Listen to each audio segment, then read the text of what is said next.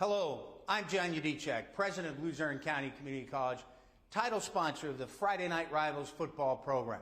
Fall Friday nights in northeastern Pennsylvania are about school pride, high school football, and celebrating our student scholar athletes. So sit back and enjoy the excitement. It's time for Luzerne County Community College's Friday Night Rivals.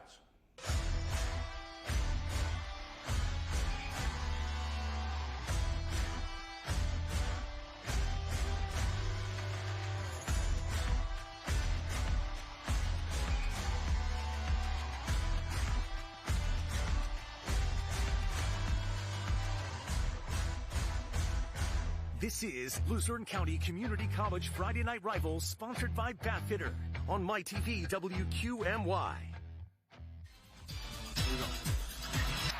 Welcome inside Frank Janeski Stadium. We are in Luzerne County. Tonight, it's a Wyoming Valley Conference Division II matchup as Tunkhannock battles Nanticoke. A pleasant good evening, everyone. I'm Bob Ide, and welcome to Luzerne County Community College Friday Night Rivals for week number 4 already, believe it or not. And we have a good game for you here tonight. Joining me on the sidelines, Vincent Goldschmidt, and in the booth, former Tunkhannock area coach, Jan Secak. And yeah, let's talk about the Tigers coming off a tough loss last week. They got shut out by Crestwood. Coach Keating didn't like the way they played. In fact, the players said the same thing. So they're going to have to get the ball tonight to our figure law spotlight player, Andrew Lipinski, a lot if they want to pull out a win. Andrew Lipinski, 6'3", 185 pounds. It's only his second year of ever playing organized football. He's a converted goalkeeper from the soccer team and has done a tremendous job. He has one 100-yard game this year. He's rushed for over 203 yards and has 4 touchdowns. And his parents, both his mom and dad, were letter winners at Tunkhannock. They set school records. So he comes from a pedigree family. Absolutely. Let's go to Nanticoke now. The Trojans, another coach, a third coach in the last 2 seasons. We'll talk about that a little bit later on with Vince. But Damon Saxon's here now. They're 0-3. They seem like they're learning the system as they go, and they're trying to put it together tonight. And maybe our figure law spotlight player, Jaden Fundor, will have a good night and they could get a big win. Again, it's a learning curve. You have a brand new coach, a brand new offense. Nanticoke has been known to run the wing tee very effectively over the years. And when you take a senior that's got to learn a new system, it takes some time. So, again, Jason's done a nice job for the Trojans. He's got 1 touchdown this year. He's got 4 receptions, 74 yards. So they're going to be relying on him on the outside. Absolutely. So let's check out some Luzerne County Community College keys to the game. First for the Tigers. Tigers want to control that line of scrimmage, and Coach Keating said we've got to get over the penalties and the turnover mistakes. They stick in our heads, and we got to just have quick memories and really just forget about it and move on. And for the Trojans? And the Trojans, well, Coach said he's got to tackle. That's been the bugaboo they've had for the last 3 games. They're in good position. They're just not tackling, and he wants to be able to try to run the ball. Can't beat this weather for high school football, Beautiful. Especially in September. I think it will remain that way, but let's check in now with Ryan Schrader from the Fox 56 News, first at 10. Hey everybody, another beautiful evening for a football game. We do have a weakening cold front moving across the area, just enough to give us a few clouds. Partly cloudy skies at kickoff, 67 degrees, 64 by halftime. By the end of the game, a little cool at 62 degrees. Winds, they'll be light, northeasterly turning southeasterly at about 3 miles per hour. More nice weather for your Saturday, but we are going to mention a very slight chance for some showers Sunday into Monday. I'll have that coming up in your Fox 56 forecast, first at 10. Well, believe it or not, the Trojans actually own the series 9-7 over the Tigers, and they've won the last 3. If they could win tonight, it'd be a big win. It's Tunkhannock and Nanticoke next.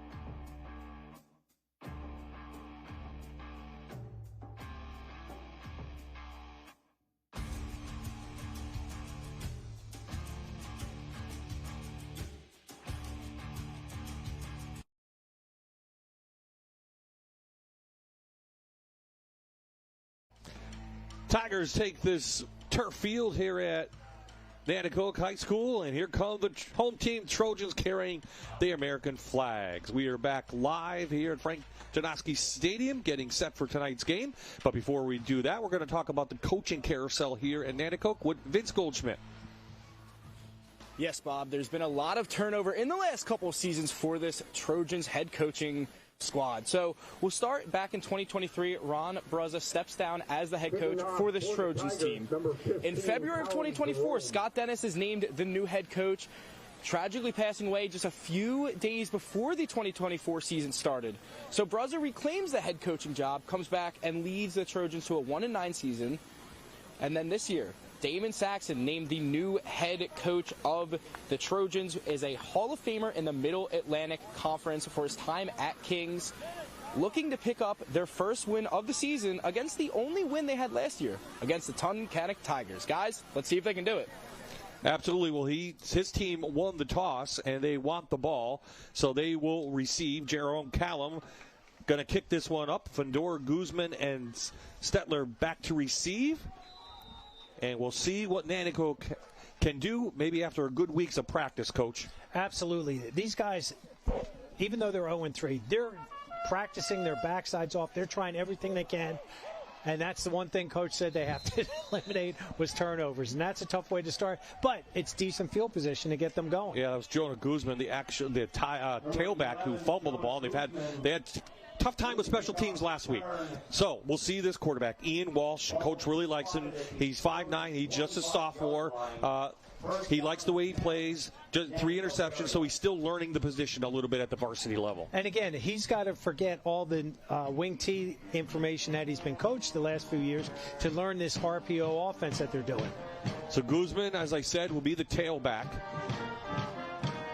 Shifts position.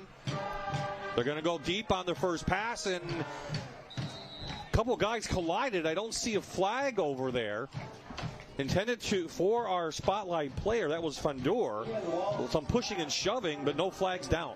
Good pressure, he had good time, decent ball, but again, I saw that, and I guess they both collided, and fair play. So, again, I like what Coach Saxon's doing. He's trying to say to the Tunkhannock secondary, we're going to go deep on you because we have some speed.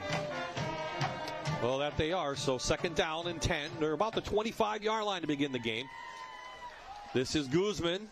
Can't get to the outside. Tunkhannock there. That is our spotlight player, Lipinski, pulls him down. So let's take a look at this offense, brought to you by Bath Fitter. Walsh and Guzman will be in the backfield. A speedy wide receiver core, as you mentioned, Coach, yes. Is in there with Welch, Alvarez, Johnson, and Fandor.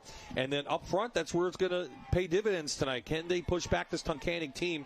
Geisel, Nivexella, Burns, Guzek, and Shapansky, a freshman. So 2 freshmen starting and a sophomore, and that's something Coach Saxon has done. He's playing a lot of young kids. And there's going to be a lot of growing pains in there, especially with the freshmen in there. But he has one senior that kind of anchor and lean on. Walsh rolls, has to pull it in, and wisely takes to the field with the slide. But it's going to be short of the first down up to the 30-yard line. So you expect the front punt team to be on after the 3 and out. Jaden Thomas on the stop, number 56 for the Tigers. Brings down the punt situation. Trojans are in punt formation. David Jackson will punt it for Nanticoke. Lipinski back to receive along with Carter O'Neill. Good snap. Good kick, high kick. Lipinski from his 45. There's one tackle missed, and he brings it up. Good field position for the Tigers to begin their first possession inside Trojan territory at the 40. And right there, Zach Lewinsky, again, 2nd-year starter, 14 completions, 35 attempts this year, 172 yards, 1 touchdown, and 4 interceptions. And talking to Coach Keating about it, he said what happens is Zach's a smart kid, but sometimes he overanalyzes and he gets in his own head. And he's got to stop that and just play the game. Tunkhannock coming off a shutout loss last week to Crestwood. Before that, to beat Ho Redeemer, and played Lackawanna Trail very tough in their opening game. They averaged about 27 points per game, believe it or not, because of that big win over Redeemer. So a quick out to Lipinski. We knew he'd get the ball a lot, and he does. And he comes up lame. Oh, he came up something. Did you see that? He was kind of hopping on one foot after a gain of 3. I think his ankle. Is down. Again, a nice swing pass here. You'll see coming up, and you'll see right when he makes that cut right in here. He did. It was his right ankle, I believe. Might have turned to the inside on this turf, and we haven't been here in years. Well, last time we were here, they had natural grass and a gravel track. Now it's a beautiful facility. The brand new type turf. Then you have a new track, as you can see, and we've seen it before. He got his ankle kind of stuck in the turf and kind of pulled to the inside. It did, and I'm watching Charlotte Carpenter right now, longtime trainer for the Tigers, and she's actually at his knee. Oh, boy, that'd be a tough loss. So let's take a look at the starters quickly. We'll see what Lipinski comes up with. Lewinsky, Simmers, and Siprich will be in the backfield to start.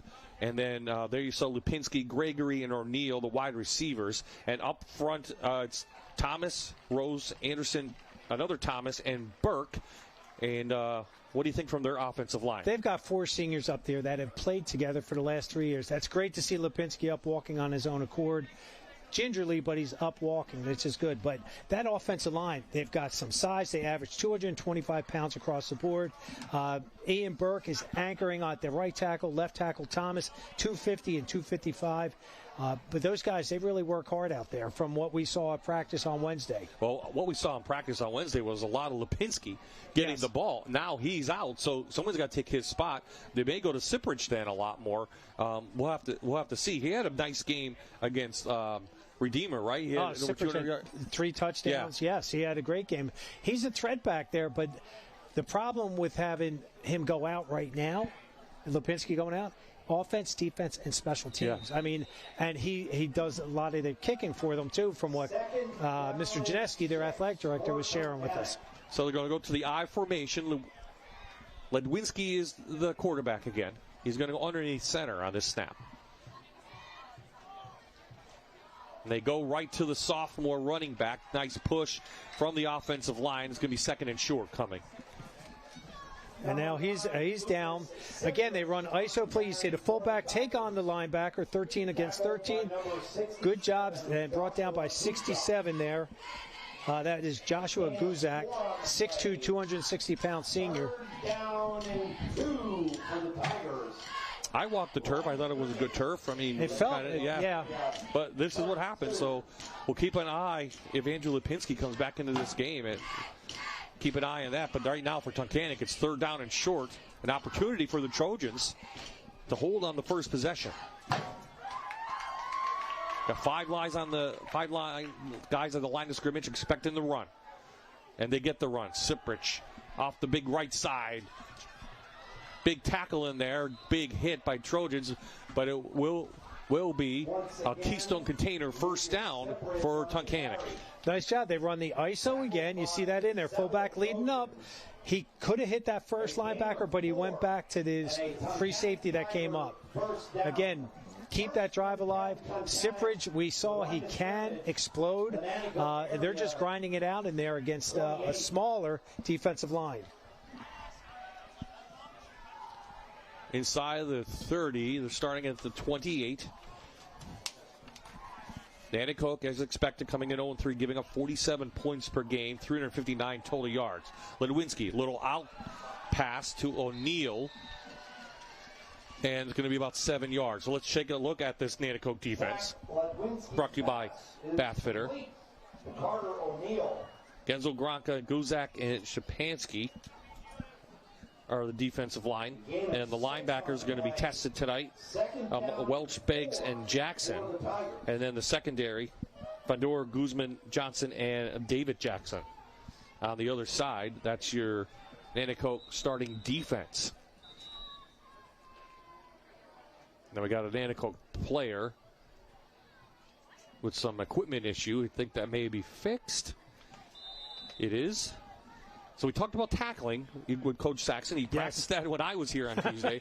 But they got a good tackle on that one, even though they gained 6 yards. But they didn't let the guys go by. And that's exactly right, Bob. They're getting good blue jerseys, their navy blue jerseys, to the point of attack, but they've got to finish that up. And that's what Coach Saxon was saying. They've got to start doing a better job at. They're getting great job contact on the first hit, but it's the running backs that keep pushing it.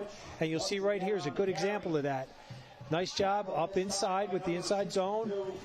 And you see that he just kept going. And there's two guys there from Nanticoke, and just they've got to do a better job. But there's so many young kids playing tonight for both sides.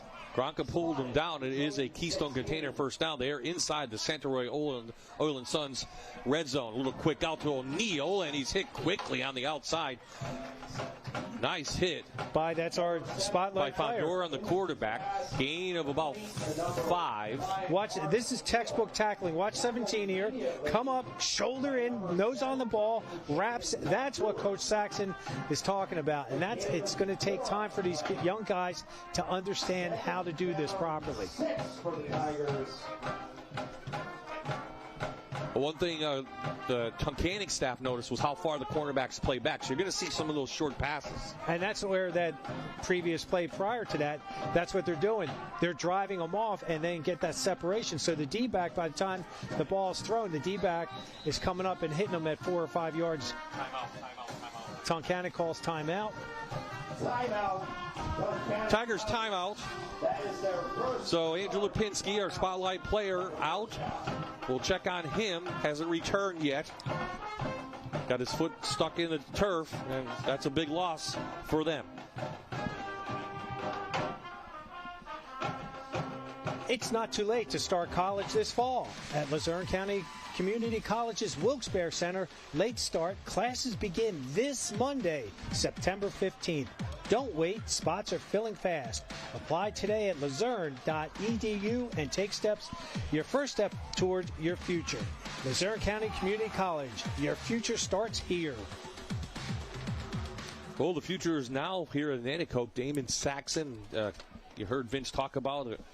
A real good runner, one of the top in the MAC when he played at King's College. He's from New Jersey, stuck around here, coached at the junior high level and the Pee Wee level, and now he's taking over his varsity job for the first time ever. And he looks like he could go play now. He's all suited up with the red socks and red hat. He looks like he's ready to go. He really he hasn't stopped working out, that's for sure. And that's what he's trying to implement with these young kids in Nanticoke. Inside give to Siprich. He's barreling over players, and it is a Reaper's Revenge touchdown for Tunkhannock. Lucas Siprich, his 4th of the season. 13 yards and a Tunkhannock nice job. Touchdown. Right up inside. They saw something on that inside, but you saw how he just put his shoulder in, and that's what Coach Saxon was talking about in terms of tackling. There was no arm wrap in there, hence the reason what happened is that's that touchdown. So Callum on for the PAT. He's perfect down the season. Kick is up, and it is through. 6:13 remaining in the first. Tunkhannock strikes first. They lead 7-0.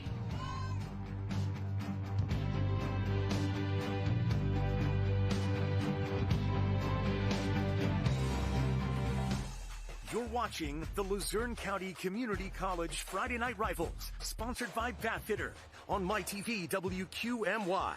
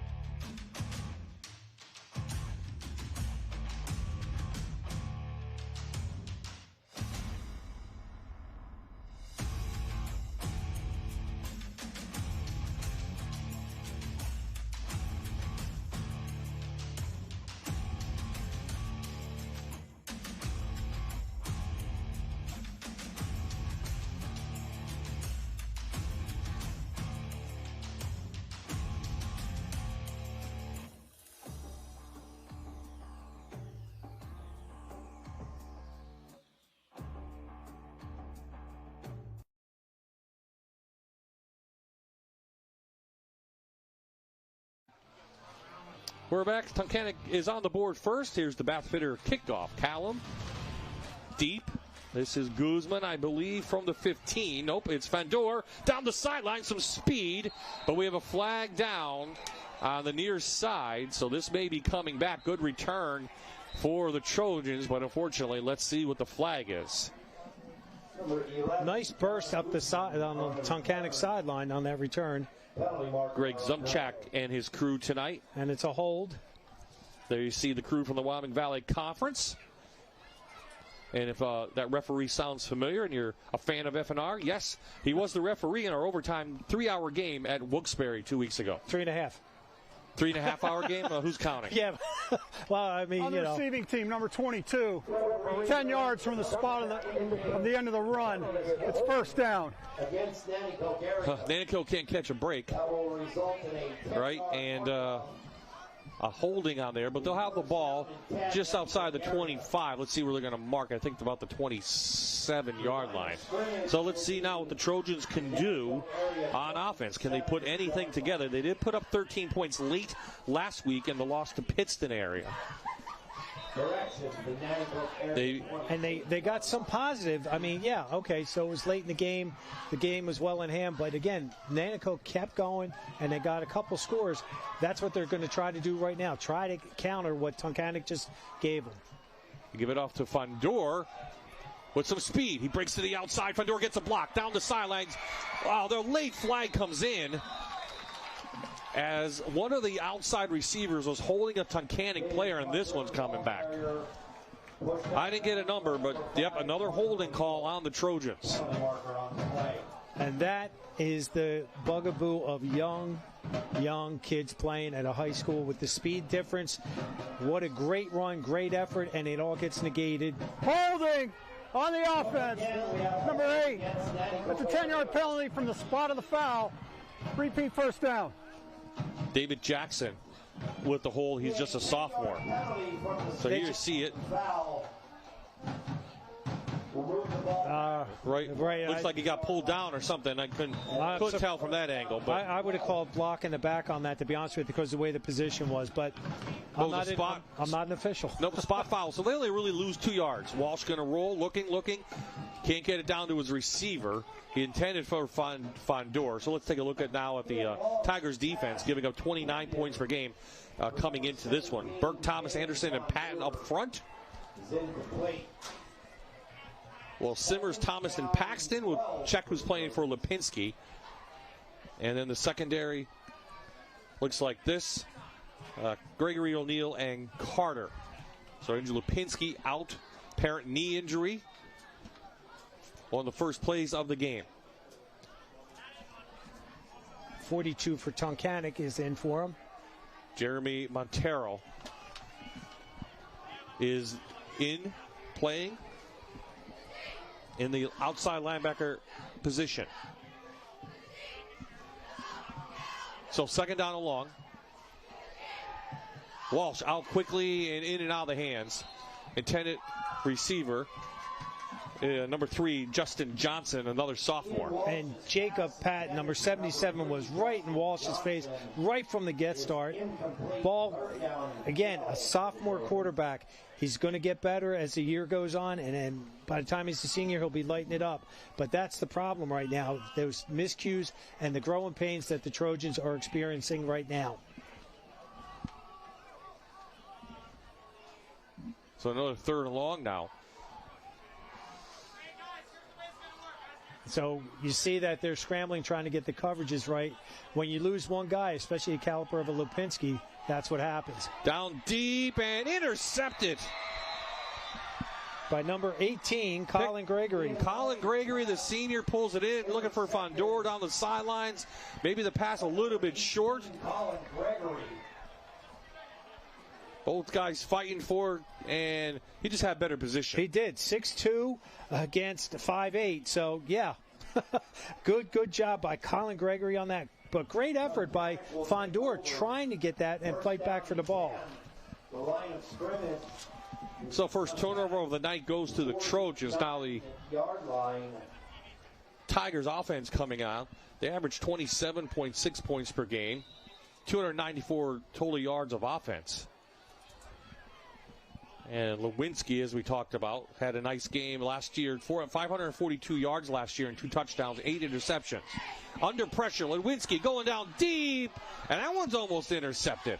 He's trying to hit number 13, Caden Simmers, 5'11", 190-pound senior. Again, I like the play call. Hey, you just got a turnover. Let's get the backbreaker right now. We'll go downtown. Here it is on the replay. Lewinsky, good time to throw. A little bit of pressure coming from his left side. And again, if you looked at that in that slow motion, great job from our crew down there in the truck and the guys on the field with the cameras. You saw he kind of slowed down, but the ball went past. He should continue to run that pattern full speed. Let's see if Coach Keating goes back to the running game he does with Siprich. The power game off to the left side. Pulled down from behind. That was Siprich again. Gain of about 8. Nice job in there with this power play. You see number 67 coming into your screen, doing a nice job. That's Ian Burke. And you see, even at the end, the whistle blew, and these guys on white are finishing their blocks or staying on their blocks till the whistle blows. Brian Geisel, the sophomore, pulled him from behind, so 3rd and short now. Tigers once again inside Trojan territory.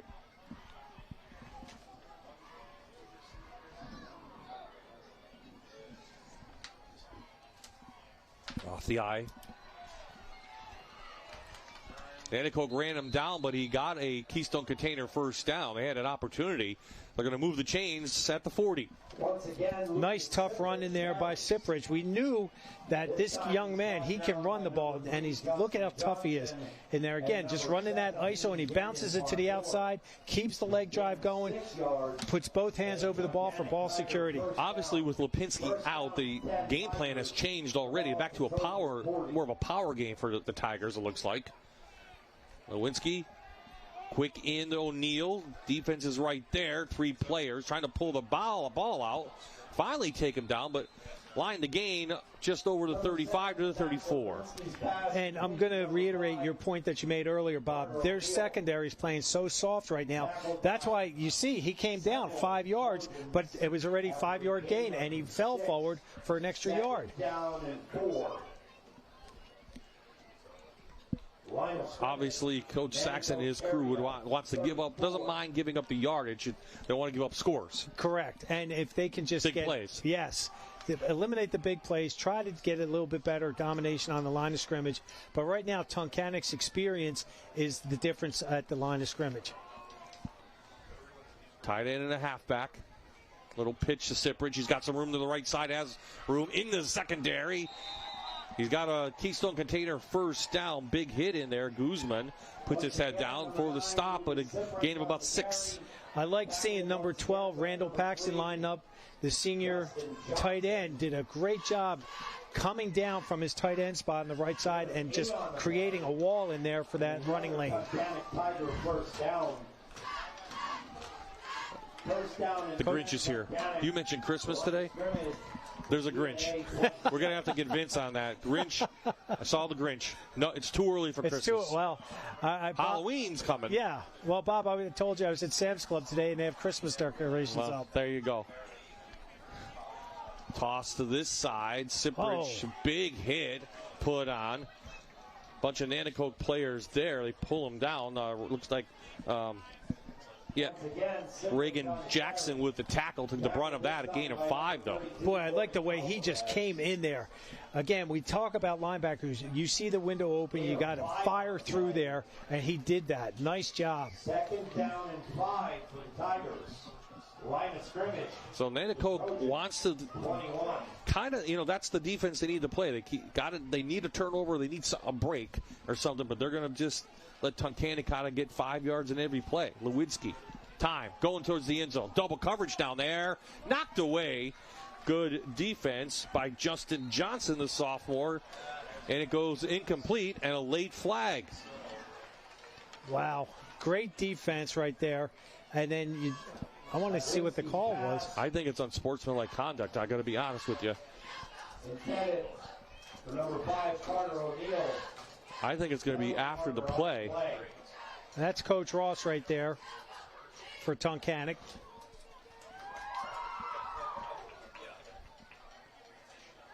The play, dead ball, unsportsmanlike conduct, number 3. That's half the distance to the goal line. That'll be first down. So one of the things the officials I know are putting a spotlight on is unsportsmanlike conduct, is standing over someone taunting, and he taunted, and the referee was right there, and there you can see Damon Saxon just shaking his head. That was unnecessary. It was a great play, right? They could have intercepted, but now you're given that's just a sophomore mistake. But those are the things that Coach Saxon has to correct, right? And he said they have to eliminate that stuff between penalties and turnovers. That's what they've got to eliminate. But you had them dead to rights. You had a great play, and then just keep play inside the whistle.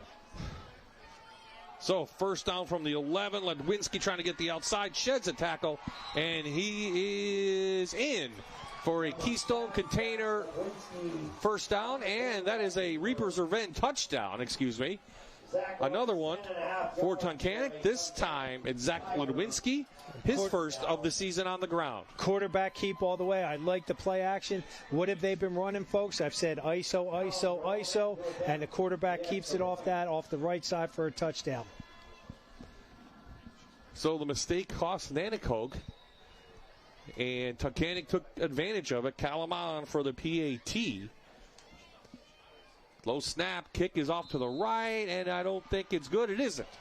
So it's 13-0, 2:18 remaining, and time now to find Vince for Dr. Todd Smilecam. What's up, Vince? What's up, guys? I'm here with 2 of the members of the Nanticoke marching band. I got MJ Gray and Maya Pritchard. So MJ, I'll start with you. What made you want to join the marching band? It was mostly my sister started playing and my oldest sister started playing, and they kind of influenced me on joining the marching band, and ever since it's just been amazing. And Maya, what do you love most about Friday nights? I love being able to perform with these wonderful people. They're great. They get better every week. Well, you talk about performing. Guys, take it away. Drums start.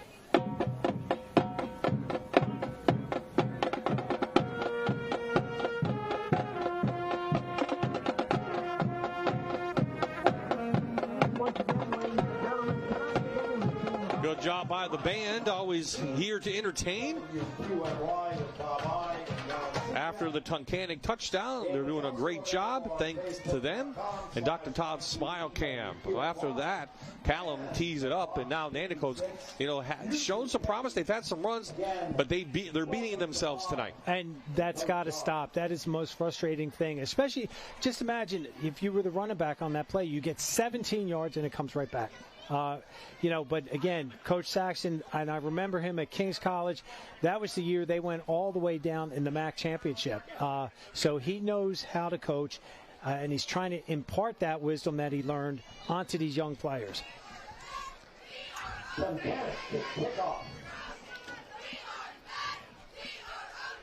So Nanticoke moved up their receivers, and Callum is going to kick it over their head. So this one should go in the end zone, and it does. It is a touchback. So he's kicked it to the right twice. They moved up, and he kicked it over their head. So the ball will come out and allow the Trojans to come back with Ian Walsh.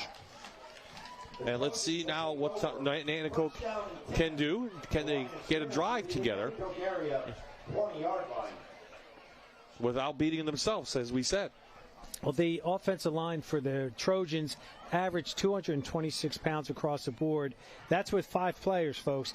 Defensively, Tunkhannock's forefront averages 247, and they have a lot more experience in terms because they're a senior-laden team. 15 seniors for the Tigers this year that they're going to lose to graduation, obviously. But right now, they're just worried about this game right here. Run blitz is in there, and there's a lot of white jerseys in the backfield. Now they're just going to key on that run. Van Door knocked straight back for a loss on the play. And you see just right in there, 56, 13, 77 for the Tigers coming in there. Jaden Thomas was the one that was leading the charge from his inside linebacker position. Saw that formation before. They kind of ran Van Door, and Tunkhannock knew it. Now they're in that same formation again. Now, you would think it's not the same play. Walsh back had a lot of pressure. Can't get through. Holds on to the ball. And no gain on the play, so it doesn't go down as a sack. Well, third and long, though. Formation was the same, Bob. but it was a different play. They were trying to do the pass. But, again, when you have a freshman, and I know it's only his third game, Matt Nivasalia, it's only his third game at the varsity position, but it's still, your eyes are like deers out there trying to figure this out, and right now they're doing a lot of pressure over him. Well, you know, Tunkhannock came in angry after getting shut out last week by Crestwood. They did not play well on that. So you know they're going to take it out on Nanticoke. Well, nice little swing pass, and they get their first down of the game. Brought to you by Keystone Container.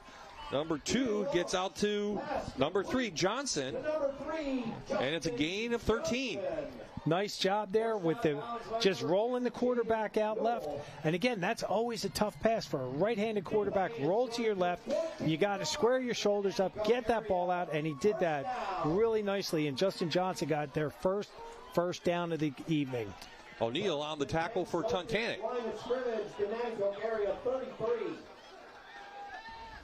Out into the flat, shedding tackles. That is Johnson. So Johnson got that key penalty. Now he's trying to make up for gain of, they're going to give him 10. So it's another Keystone Container first down for the Trojans. And the right cornerback, that's Brandon Carter, 6 foot, 5'11", 165-pound junior that he outran. He actually was able to turn the corner.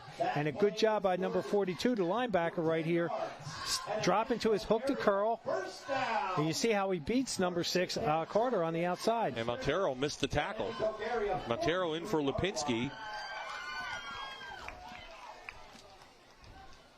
Inside give. The hole closes quickly. There was a hole there for Guzman.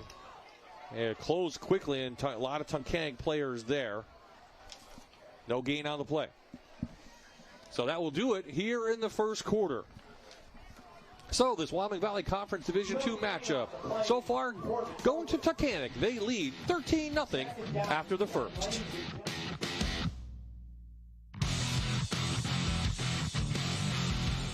You're watching the Luzerne County Community College Friday Night Rivals, sponsored by Bathfitter on MyTV WQMY.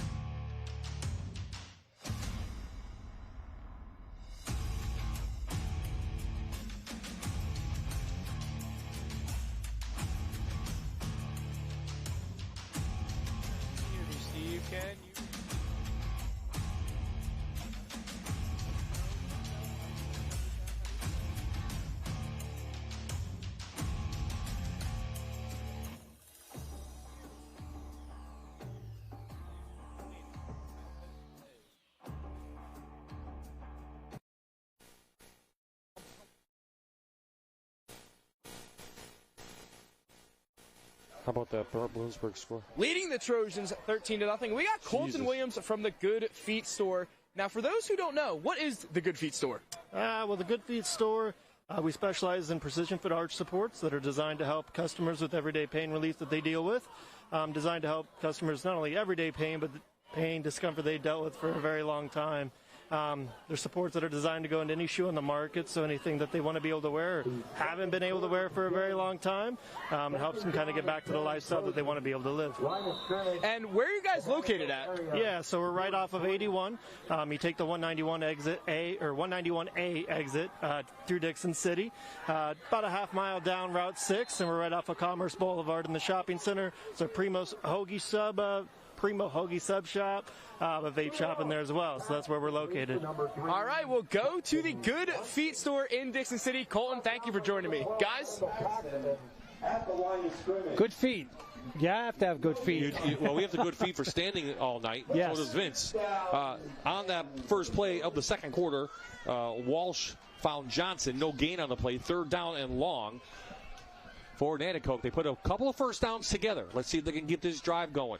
Walsh going to roll. Has time, finds a receiver, and it's hit hard. I think it's going to be incomplete. But Johnson got hit by Montero as he was trying to make the catch. Luckily, Johnson gets up, and the punt team comes on. That was a heck. Montero laid the wood, as we would say in football. But you see they're doing a turn-back protection. Look at that, right in there. Great job. Get that nose on the football. Popped out. He never had control.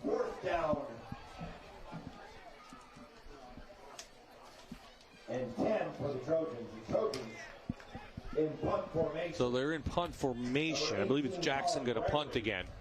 Now, Lipinski was doing the punt returns. I see O'Neill back there and Gregory now. Jackson in punt formation for the Trojans. High snap, pulls it down, almost blocked. It's a high end over end, and it goes through his hands and goes out of bounds. And a flag. So we'll check the flag right through the hands of Gregory. That would have been a huge break for the Trojans. And I think it's going to go against the Tunkhannock. The Tigers. And Tunkhannock will have the ball. They've had 2 scoring drives in the last possessions. 1 off a turnover. And it'll be whole against the Tigers. So let's shoot back up Tunkhannock and start this drive again. So Andrew Lipinski, one of their leading wide receivers, one of their top players, went down in the first play of the game, and he's been on the bench ever since, and we don't expect to see him back. We'll check on him at halftime. So the Tunkhannock's gone to the power game with Lucas Siprich, just a sophomore. And boy, does he runs tough. I'll tell you, he's just a tough kid. His uncle played football for me, James Brotzman. James actually coached for me. The Brotzmans are just like a stalwart family in the Tunkhannock area community. Smart, tough kind of kids that you want on your team. So this is actually the worst field position of the night to start, the third possession for the Tigers. Now they're definitely in the power type position and give it to Siprich in the middle. And there's some toughness from Nanticoke. Nice job by the Trojans. Push him back, no gain on the play. Geisel in there. Siprich on the carry. I mean, you sit there and you go, that's a true host of Trojan tacklers in there, right in there. Look at that, 25, 6. They're all getting a piece in there. 9 for the Tigers. Oh, we'll give them actually a yard on that.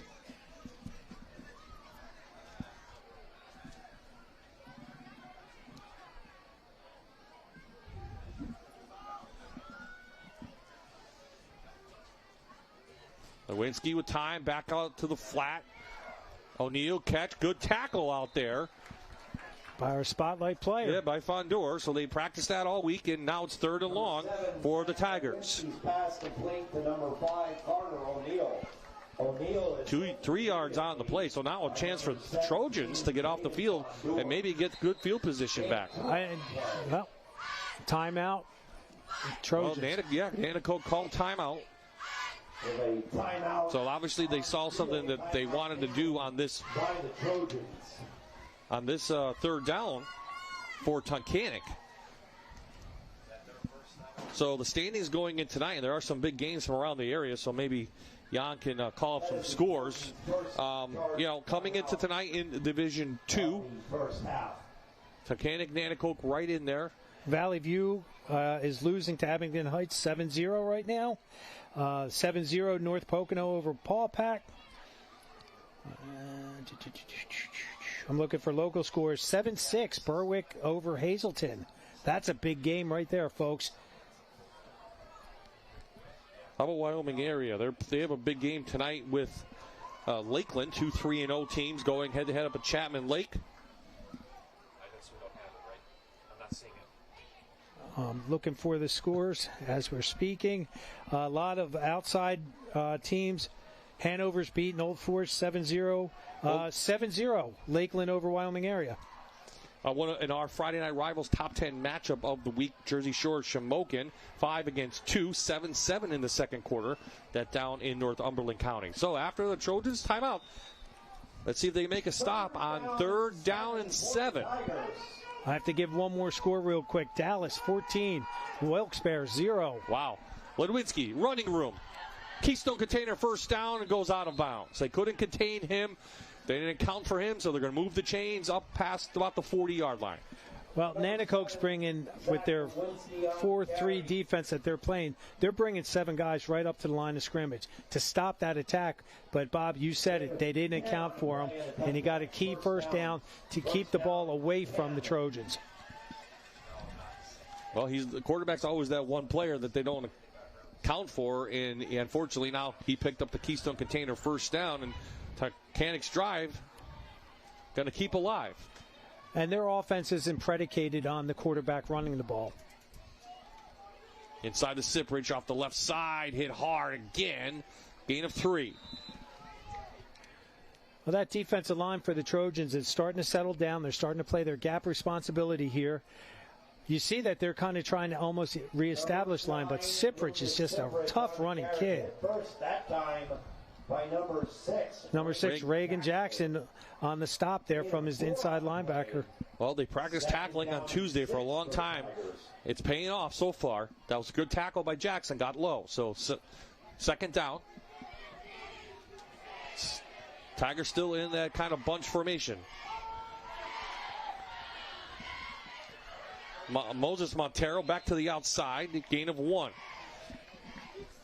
You saw a little confusion from the Trojans defense not getting lined up, and that I'm going to call it power side. They had more guys over there. You saw 2 guys at the point of attack turned back in. Nice job by Montero right in there, cutting it back up inside. Geisel, sophomore, from behind again. So another third down opportunity for Nanticoke to make a stop. 44.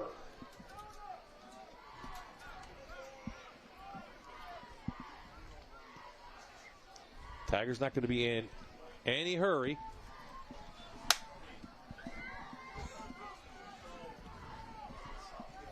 Third down to give it inside. Montero bakes to the outside. He's got room, picks up a block. No flags down. It's a Keystone Container first down. And once again, the Tigers are in Trojan territory down to their 40-yard line. Moses Montero on the carry. 16-yard gain. Moses Montero, talking with Charlotte Carpenter earlier in the week, she said this kid has unbelievable speed, and he really did. He just showed that how he can shake and bake and break that to the outside. Here it is again, coming right into your living room, folks. What a great job by number 8 to hang on. David Jackson, hold on until your help comes. Montero again. Caught behind the line. Here come the blue shirts, I should say, and Johnson makes the stop for a loss. Justin Johnson from his strong safety position, doing a nice job coming up there, and dropped him for a loss. Loss of 4 on that. And they tried running the ISO, but Montero went to the left. His fullback, his block, went to the right. He bounced it out, and you see why the strong safety came from that outside position, buzzing down. Beggs and Geisel hit him in the backfield, and Johnson wore him down. So Sipridge back in now, and second and long. So they'll put Lewinsky back into the shotgun. Go 3 wideouts. Rolling into the flat, and it's caught. No, it's dropped, I think. He dropped it, and that is for O'Neal. He had it momentarily, but Johnson again there on the defensive stop. And it's third down and long. Again, defensively, the Trojans are starting to play some good ball. They're getting some pressure on Lewinsky. And that was a nice job. He was trying to get that in, and you saw the club come over top and just force that ball out. So third and long, and ever since that penalty for Johnson in the end zone, we've called his name a lot. He's been in a lot of plays and a lot of positive plays for Nanticoke. So sometimes that wakes up a player. The motivation there, and he's trying to make up to his team, saying, I'm sorry, guys, I'm sorry. Okay, another chance here. They're going to roll Lewinsky, and they're going to run him. Picks up a couple blocks, and he has a Keystone Container. First down, no flags down, all the way down to the, 20-yard line. So 24-yard scamper from the quarterback. Another Keystone Container, first down. Well, that formation, they tried to run it inside and plugged up the inside, but again, there was no support on the outside from that defense. And you see Lewinsky gets a first down and gets that inside that red zone. Lewinsky coming in only had 7 carries for 48 yards. He's their leading rusher right now. And again, they didn't account for him. They had some chances to get him, and Nanticoke put a couple third downs on the Tigers. The Tunkhannock, give them credit. They found a way to get first downs. Gonna go deep to the end zone. And it is caught. Hauled in. Colin Gregory, his first touchdown of the year, and it's a Reaper's Revenge score for the Tigers. 20-yard strike, Ludwinski. Look at this. Nice job. They were going downtown the entire time. Perfectly placed ball. Colin Gregory came back for it, got it, and just rolled right in for his first touchdown. 6:48. This drive started right before the second quarter, or I should say right around the second quarter, and started at their own 26 for Tunkhannock. They converted on a bunch of third down plays, and they're going to go for 2. Tunkhannock will attempt a 2-point conversion. And Ludwinski puts it in for the 2-point conversion, and the 10-play 74-yard drive extends the lead 21-0 Tigers over the Trojans. You're watching the Luzerne County Community College Friday Night Rivals, sponsored by Bathfitter on MyTV WQMY.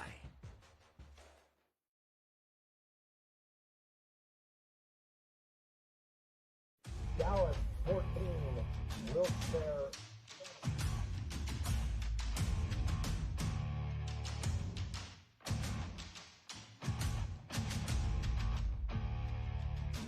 Test 1, 2. Test 1, 2.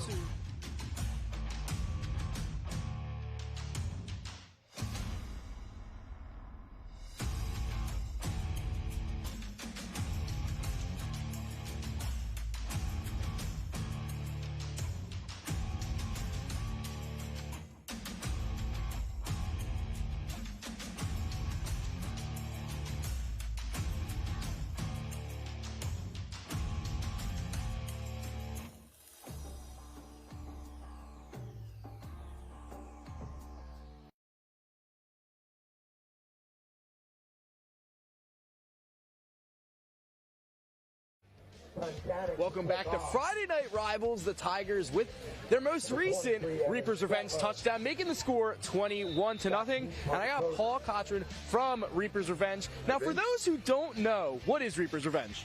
Wow, how much time do you have? We're in our 17th year. We're ranked one of the top haunted attractions in the country. We're a destination haunt. We're different. We have 5 unique attractions, 90 minutes of show, 260 employees, 160 scare actors, all flavors of scare actors.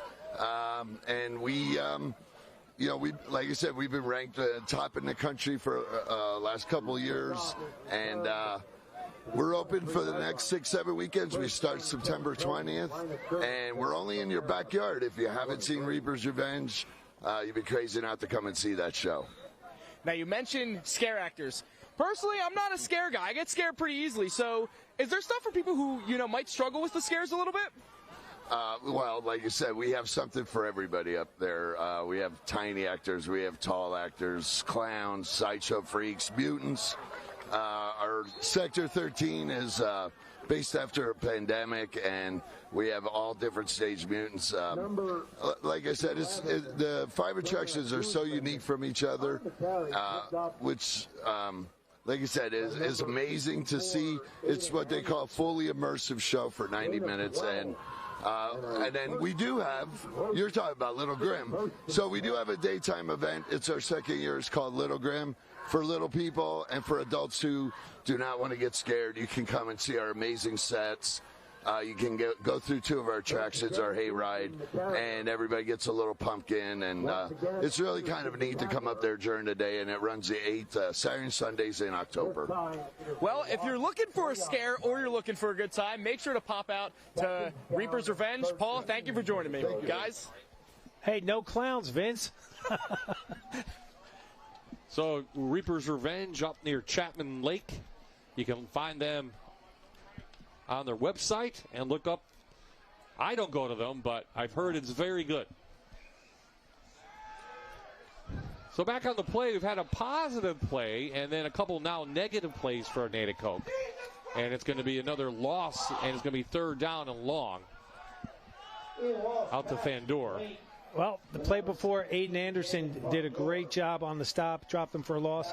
Great job right there again by secondary there. That is Brandon Carter, the junior cornerback. The loss of 2 on the pass play. 3rd down and 15. So 3rd down now facing Nanticoke. Under 5 to play in the first half. Walsh back under pressure. Evades that and finally hit from behind. Is gonna go down for a sack by O'Neal. First of the game, and they'll lose 3. And Nanticoke will have to punt again.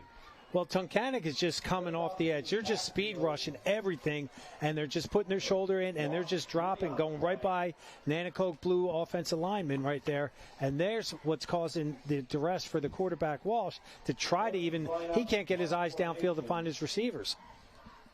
Back deep for the Tigers, number 10, Jaden Newell. Number 5, Carter O'Neal. David Jackson, number 8, back to punt, and they put pressure on last time. Tunkhannock should get good field position out of this, already up 21-0. Now they're having some problems on special teams for Nanticoke. High snap, Jackson pulls it in, nice high end over end kick. Backs up O'Neal, fair caught at about their own 45-yard line.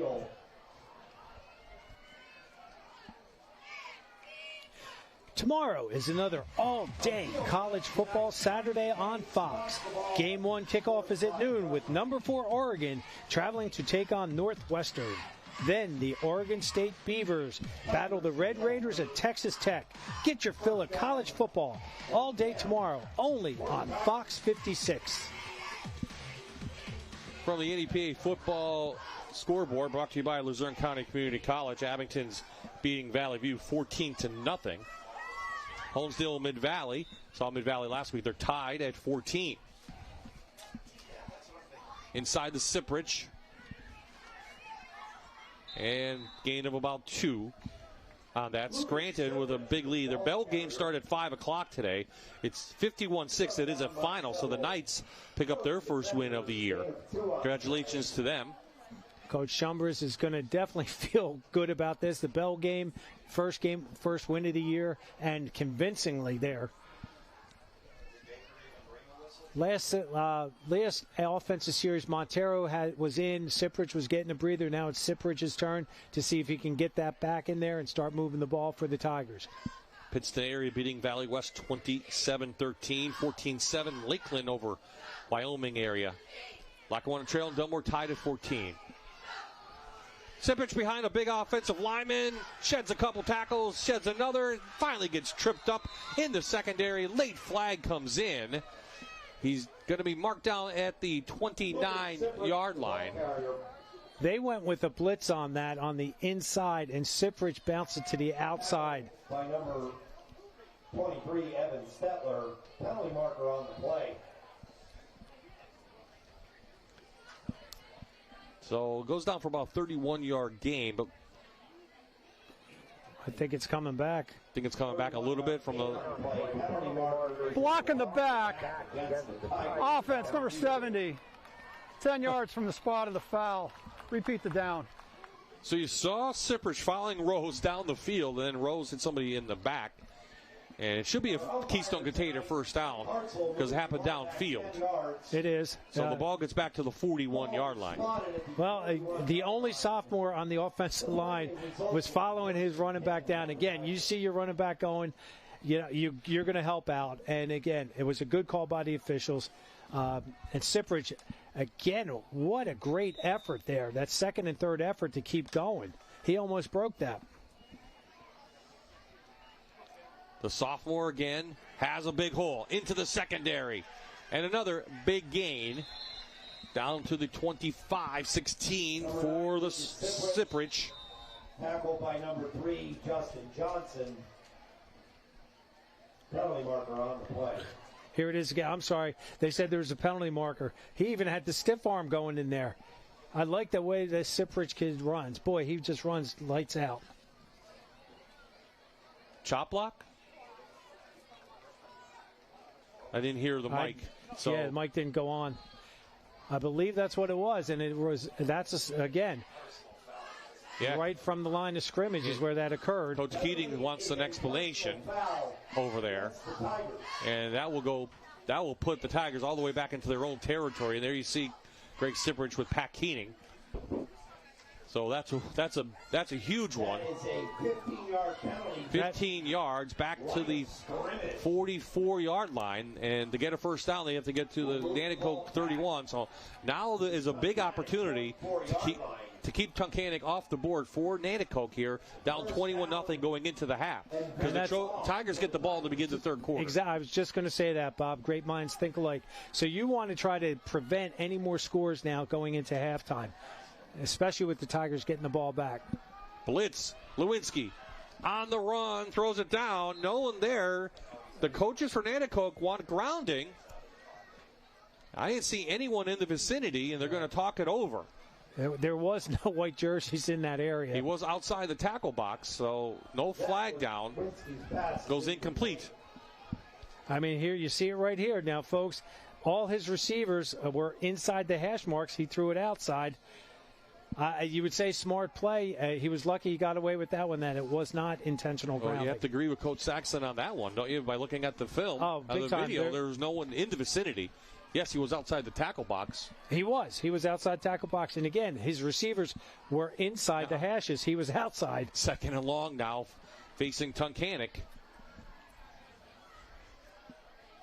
Without their top wide receiver, Lipinski, who's been out since the first play of this game. Yeah. Well, option. Cyprich trying to get some blocks, shed some tackles. He's inside Trojan territory down to the 44. So bring up third down and long. Well, he just gained 12 yards on that play. Lucas Cyprich, the ball carrier. Under 2 to play here in the first half. Jackson. Gain of 12 on the play, bringing up third down and 13. And Coach Keating he's okay. He's taking his time with this. Nanticoke, he gives them a little bit of a breather right now. Try to regroup. They got 3rd and 13 here. I think each team has called a timeout in the first half, so they have 2 left. So I don't know if Coach Saxon wants to call timeout at all after this. But let's see now what the Tigers can do on 3rd and long. Lewinsky chased again. Finds a receiver coming back. Is it complete? Finds Gregory on tiptoe on the sidelines. The officials are talking it over, and they're going to give him the first down. But is there a flag? There is a flag. A legal man downfield. Penalty marker on the play after So Coach Keating can't be happy with this, even though his team's up 21-0, Jan. He's making mistakes on this drive. And these are they're mental Eligible man downfield. Offense number 12, 5 yards from the previous spot. Repeat, third down. They're mental mistakes, and that's what drives you crazy as a coach. That they know better. The offensive linemen know better. Again, Zach was rolling to his left, and again, you get out down past 3 yards, they're looking for it. That's what the officials are literally paid to do, find the mistakes that you could possibly make. Well, the Trojans are getting it teed up. I mean, they just need to make 2 stops here. And Josh Guzak, number 67, has been getting constant pressure from his defensive tackle position in there. He keeps getting back there, and again, he's 6'2", 260 pounds. Third down and 17 for Tunkhannock. Tunkhannock has been pretty perfect tonight on third down. Ledwinski down. O'Neal, they got him, and it's in and out of his hand. Johnson came over late. Gets up, doesn't say anything, no flags. Fourth down now for Tunkhannock, goes incomplete. Well, I'm going to say this right now. Coach Saxon, this is a moral victory for him. His defense actually held. Yes, there were a couple key penalties, but again, decent pressure by his defense. And watch the safety come over. He did get by number 23 on there. Stetler on there, yep. And He was open, but the safety, he really did a great job tracking that down and breaking that up. So Tunkhannock for the first time tonight will send the punter in. It is Siprich. Which I believe it was supposed to be Lipinski. Yes. Yeah. So new punter now for Tunkhannock. Tigers in punt formation. High end over and kick. Nanticoke should either just get out of the way. They do. Kind of takes a roll for them. It's going to be out of bounds at the 24. And that's where Nanticoke will have it to begin the last minute 6 of this game. So coming up at the Manuka Subaru halftime report, we'll check in with what some of the headlines from around our area with the Fox 56 News halftime report. We'll showcase Luzerne County Community College. Then we'll have a check presentation. Bob and Jan will be back for some stats and highlights. That's you and me, by the way. Us. Oh, okay. Yeah, so in case you get lost. And then some national highlights from around the country. That's coming up in the Manuka Subaru halftime report.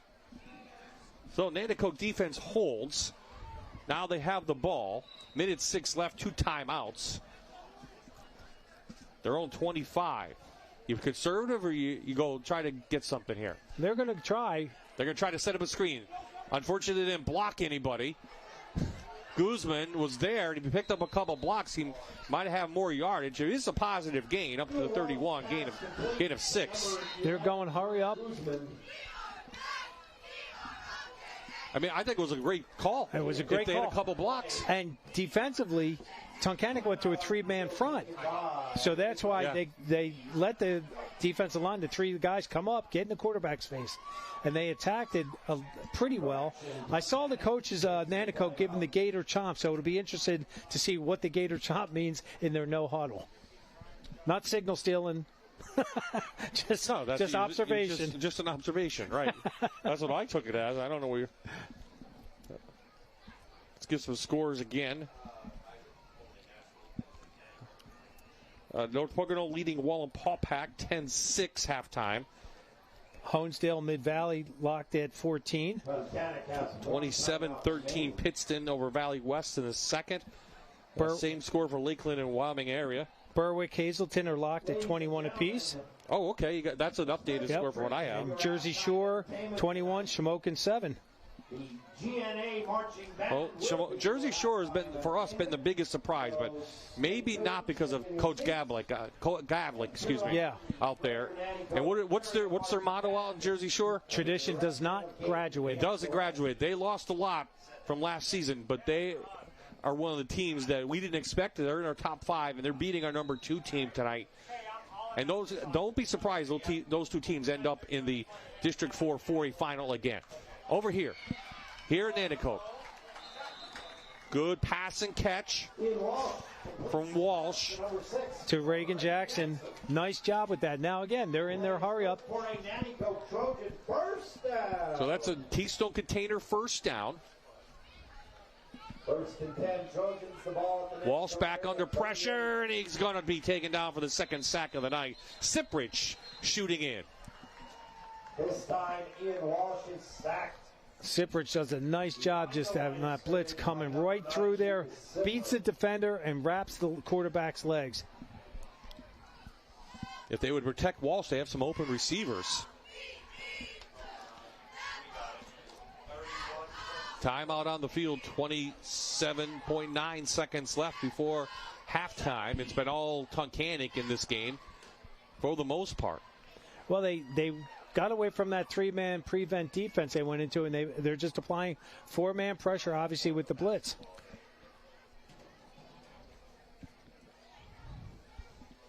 Next week, we will have a Loyal Sock at Bloomsburg for our first trip to Bloomsburg High School. It is fair week, so, you make sure you make the game. The fair opens that day. I don't want you over there for apple dumplings or any sausage sandwiches or whatever. I'll bring them some for you. Okay, just don't miss the game. We have to tell Vince the same thing in our crew. They'll be down at the fair. Second down and 17 for the Trojans. I have to admit, this is a beautiful facility Nanticoke has, what they've done here. Absolutely. Walsh back in, out to flat, and it bounces for Jackson. Walsh's pass intended for Reagan Jackson. Again, you have a 5'9", 165-pound sophomore quarterback in there. That ball was thrown behind. Again, the woulda, couldas, or shouldas. If the ball was outside shoulder, you know, he could have turned and gone. But it really affects a receiver when you have to stop and lean backwards, and your momentum's going forward. Third and long, three-man rush to get it out, and Fandor just dropped it. Had some blockers out in front, kind of turned his head, and the senior just didn't pull it in. So the clock stops, 23 seconds left. Still time for the Tigers. And you see right here, the ball gets a wobbly ball. It was very catchable, wasn't it? I mean, he should have caught that. Again, Nanticoke beating themselves tonight. So I'll bring the punt team on in Jackson. So got to be leery now of a bad snap. And they've been high. Yeah, and they're no pressure. Doesn't look like they're going to pressure the ball. Two receivers back, good snap. And kind of a wobbly kick away from everyone. Takes a good Trojan roll and will go out of bounds with 15 seconds left. So Ludwinski and company 60 yards away from extending the lead. And I believe they have one timeout left. Well, and again, I think Coach Keating right here, I would believe, is just going to, like, look, we're getting the ball to start second half. Let's just take a knee. Let's go in halftime. Your halftime entertainment tonight. Hopefully we'll get an update on what's going on with Andrew Lipinski. Obviously, we'll get that after halftime. Tunkhannock next week doesn't get any easier. They're going to go to Wyoming area. Nanticoke gets to Crestwood.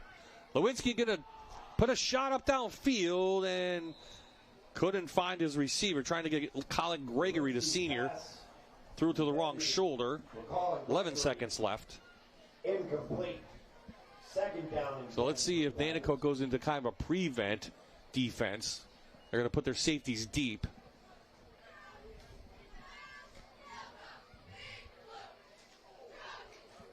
Vince will be grabbing Coach Keating at the half. Maybe he can get an update on Lipinski or not, and then also find out about his first halves.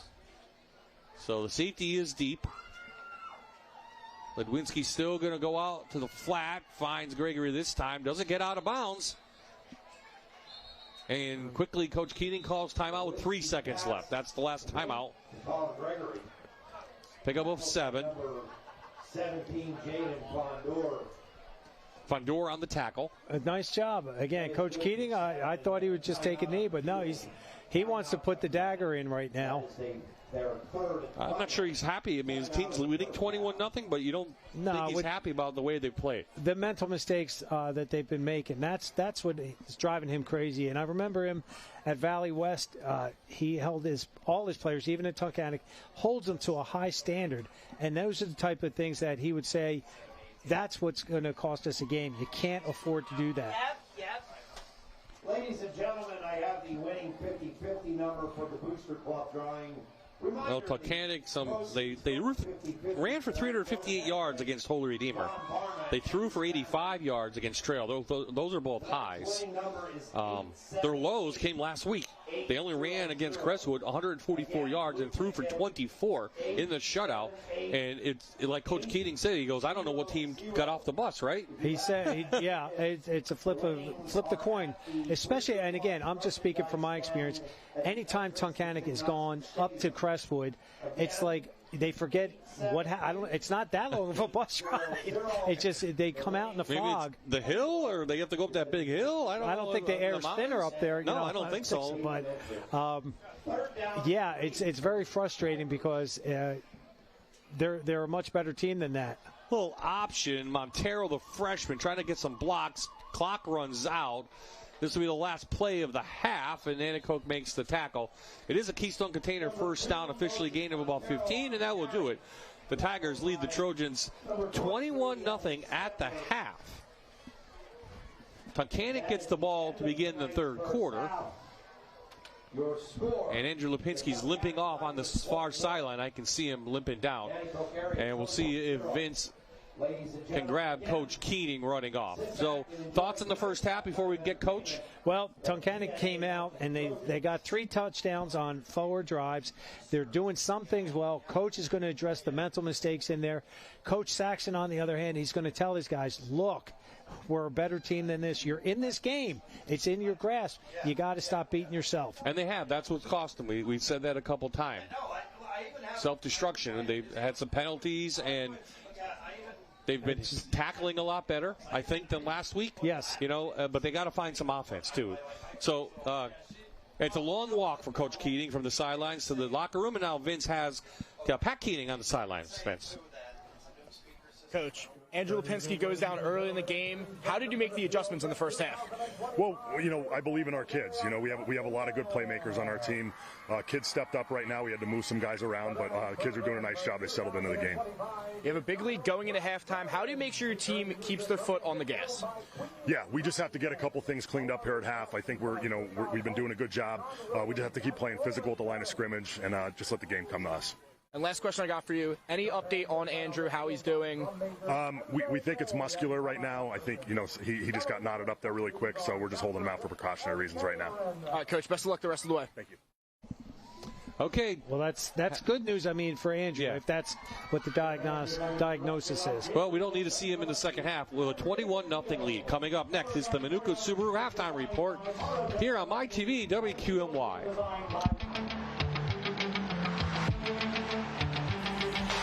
You're watching the Luzerne County Community College Friday Night Rivals, sponsored by Bathfitter on MyTV WQMY.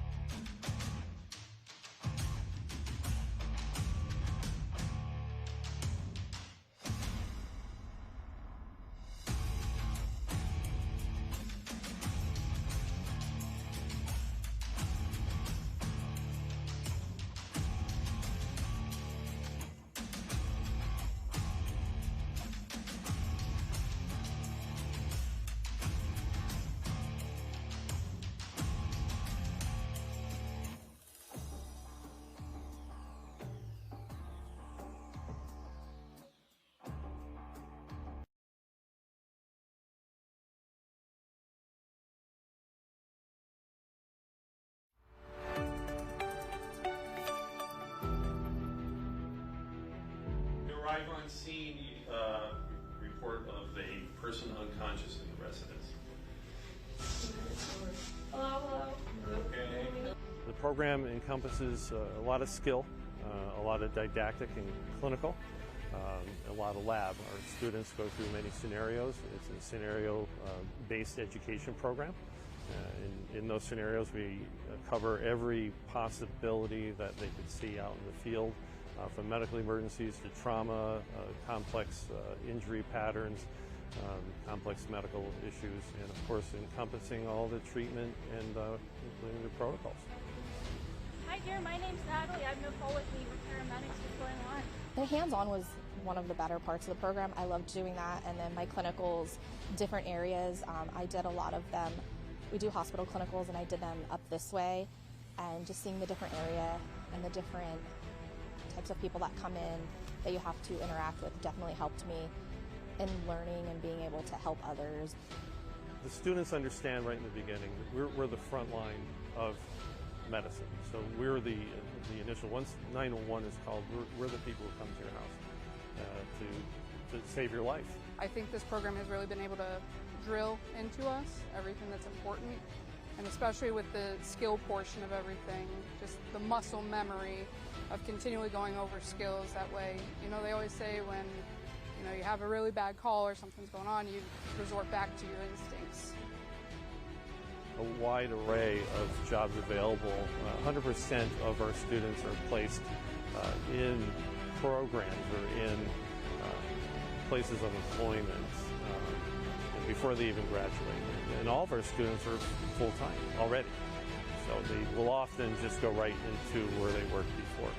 My experience at Luzerne County Community College has been phenomenal. I have instructors who have been willing to work with me on what I've been struggling with, on things that they feel that I've been struggling with, to make sure that I get the education that I need to give patients the best care that they can get. I would definitely highly suggest here at Luzerne. I think they have the best program in the area. I've felt that since before I got here.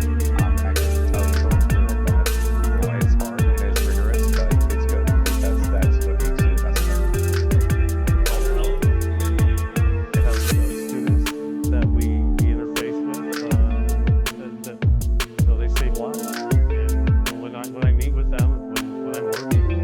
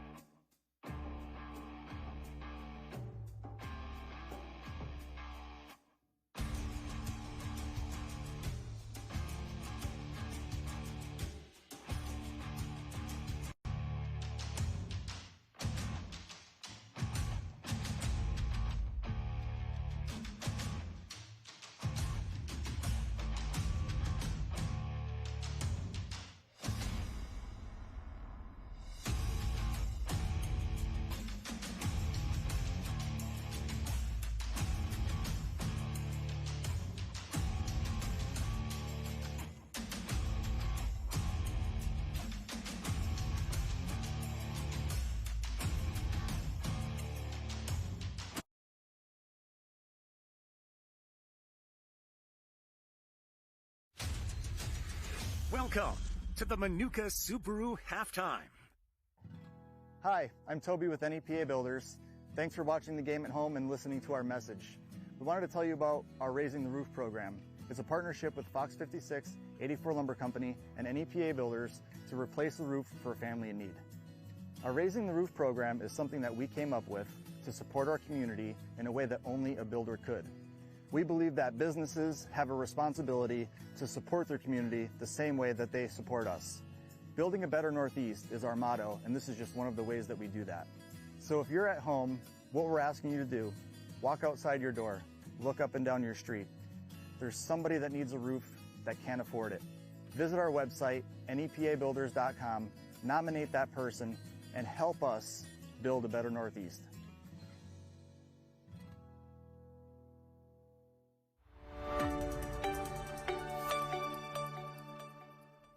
Hello, I'm John Yudicek, president of Luzerne County Community College, proud title sponsor of the Friday Night Rivals football program. We want to thank the local communities, schools, and the student athletes who make high school football such a special tradition here in northeastern Pennsylvania.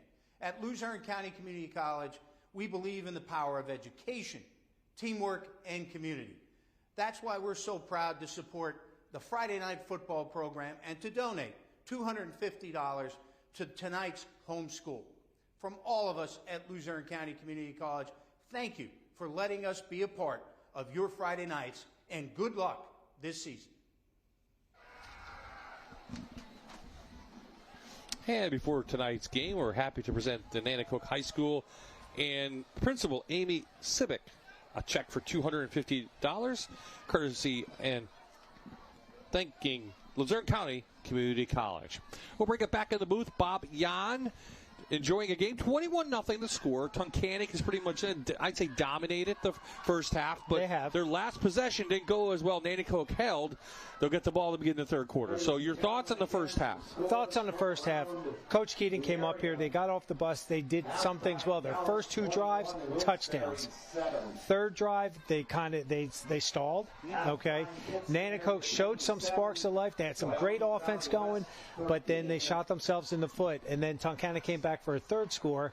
And I thought with only 32 seconds left at the half, they were just going to take a knee or something. But no, Coach Keating pedaled to the metal. They were trying to get down to get that killer touchdown before the half to get the ball to start the second half. Yeah, and the stats are going to play out as Tunkhannock has much more yardage on the offensive side than Nanticoke has. Nanticoke has like 3 first downs in the game, and they make a positive play and 2 steps back. So 1 step forward, 2 steps back. So that's not the way Coach Saxon wants to see his team play. No, not at all. He knows the growing pains with all those young kids out there, but they've got to continue and get that continuity on the offense to keep their defense a little fresh. Yeah. Now, I say that, but both teams have a ton of kids going both ways. But if you can keep your offense out there, get some more first downs. And Bob, you always ask me, what does Coach Saxon have to do? He's got to get some continuity on offense, and that starts with first downs. Some of the stats.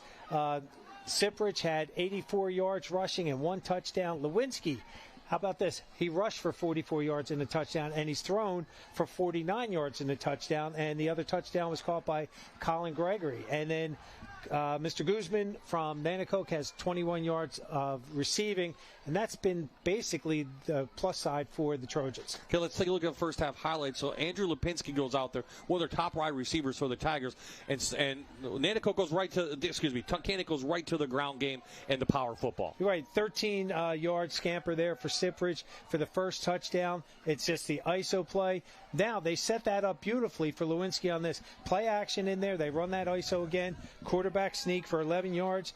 And then Tunkhannock comes back out, and they get a nice 20-yard strike. Look at that ball. Nicely thrown back in there for Colin Gregory. Goes up high, grabs it, spins in for the third touchdown of the evening. They had to go for a 2-point conversion here. And again, it keeps working. They're not going to commit to the quarterback, and that's a great call. Fake the inside. Roll the quarterback boot for the extra 2 points. Well, that's where we stand, 21-0. Both teams on the field stretching. The kickoff for the second half will go to the Tigers. So Nanticoke needs to hold even to stay in this game. 21-0. The best Thursday night lights and Friday night rivals highlights from across the country. Jackson's got to get something here. He got hit. The ball's on the ground. And you don't have any timeouts. They don't have any timeouts. For the end zone. Caught! 17.9 to go. Mistakes. But once they clear those up, West Seneca East is going to be a very good football team this year. Extra point attempt and trying to get into the end zone for a 2-point attempt instead. After it was blocked, it was DJ Baker was the holder. Forcing them to pass the ball. Deep down the field to Harden. Caught! Wow! Oh my goodness, did he actually come down with that? Down over the checkeration. Strike up. The Silver Fox fights on. What a play call. This could be a point in the end zone, but that's an SCDC touchdown for the Silver Foxes. Take us to the end here. Connor Kolka needing to convert for 2. And it is loose. Was it a catch and a fumble? State College is on the football. Yes! State College scores on the 2-point conversion. And Lustig scooped it up.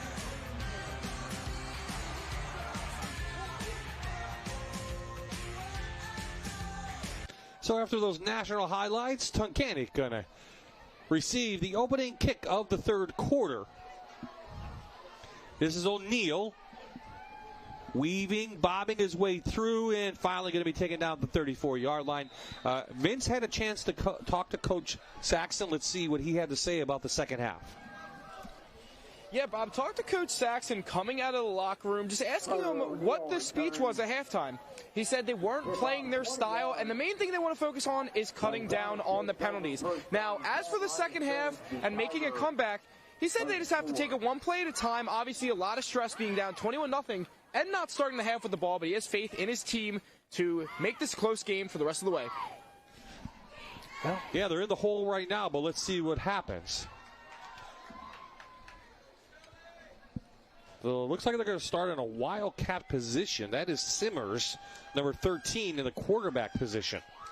He takes a direct snap. That's Siprich with the direct snap off the right side. Has a big hole. And the sophomore sensation is going to be untouched and go in for a Reaper's Revenge touchdown. 76 yards, no flags. And we have a Tunkhannock player down, but he gets right back up. And the first play of the second half, Tunkhannock extends their lead. 76 yards and a Tunkhannock Tiger touchdown. We're going to see more of this young man all this season and in the next 2 years. Look at how he just has great bursts right up through wildcat formation, inside zone, a 76-yard scamper for a touchdown. Almost untouched.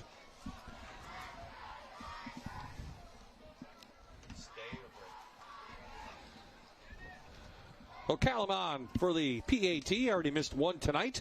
Low snap. Going to go to the fire mode.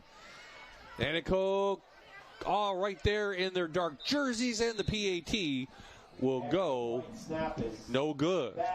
So 27-0 the score.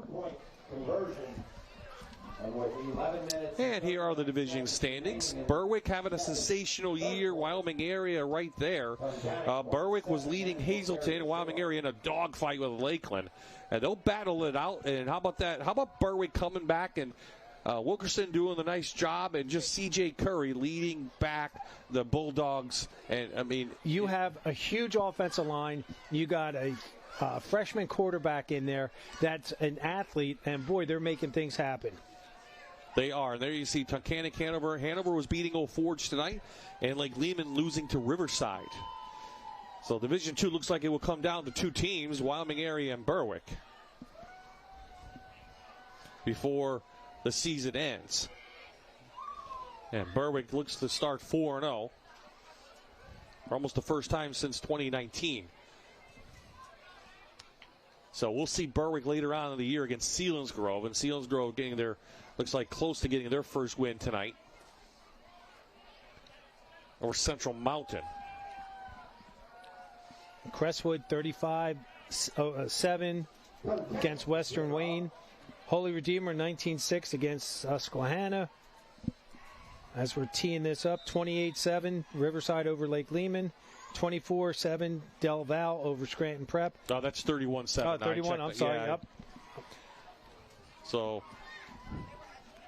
Callum has it teed up at his 40, and the big kick and the strong leg goes over the head of the guy in the back, David Jackson, and Nanticoke comes back out to the 20. So Ian Walsh comes back out, sophomore quarterback, been under a lot of duress tonight, but he's thrown some wobbly passes. His arm strength isn't the best quite yet, but Coach has a lot of faith in him. Well, they did a lot of 7-on-7s, and you don't have that defensive line in your face. And right now, Tunkhannock's defensive line is doing a great job of applying pressure and not letting him get settled back there, let him get comfortable. And he's just chucking the ball just to get away so he doesn't get dropped for a sack. Well, they've had a positive play and then 2 negatives. There's some key penalties and some bad times. So they're going to go back to the run game. This is Jonah Guzman, and he's a junior. Their leading rusher coming in, and he's going to go right back to the line of scrimmage, maybe a gain of 1. Well, right there, they're just going outside zone with this. And the defense does a nice job swarming to the ball. You see a lot of white jerseys getting around there. 1 yard, 2nd down and 9.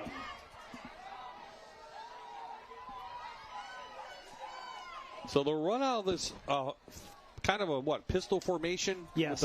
So a lot. And they're just going to run the plays off that. So Guzman ran right into Siprich. They went with that tight bunch to the left. 3 receivers tightly to the left off the left tackle. They were trying to outflank him, but Siprich did a nice job coming from his outside position and just locked that down. Good angle, good tackle. 3rd and 9. I think Damon Saxon's face says it all.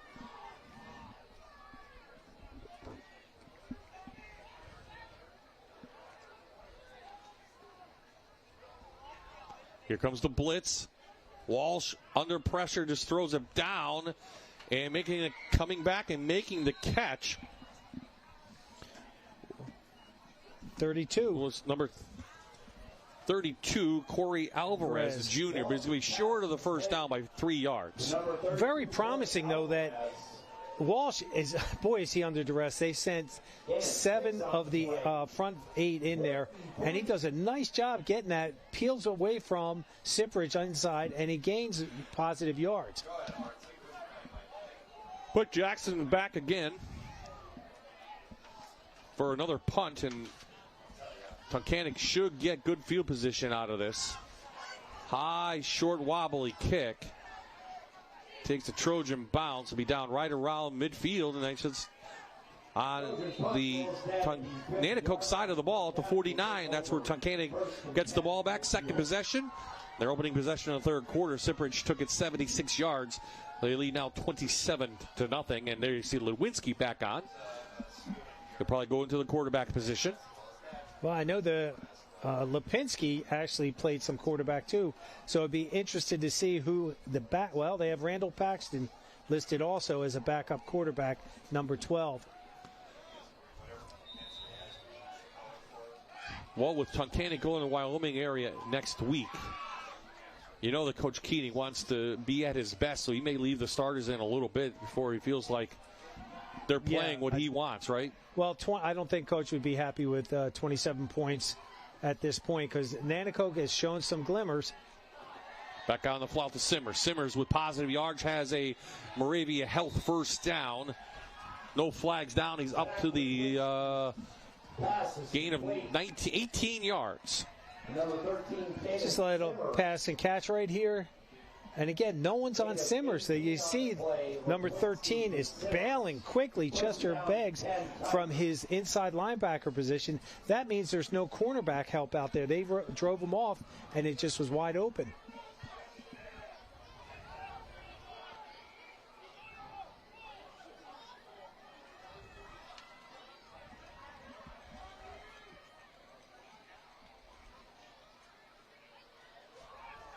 Lewinsky back again into the flat to O'Neal. No one around him.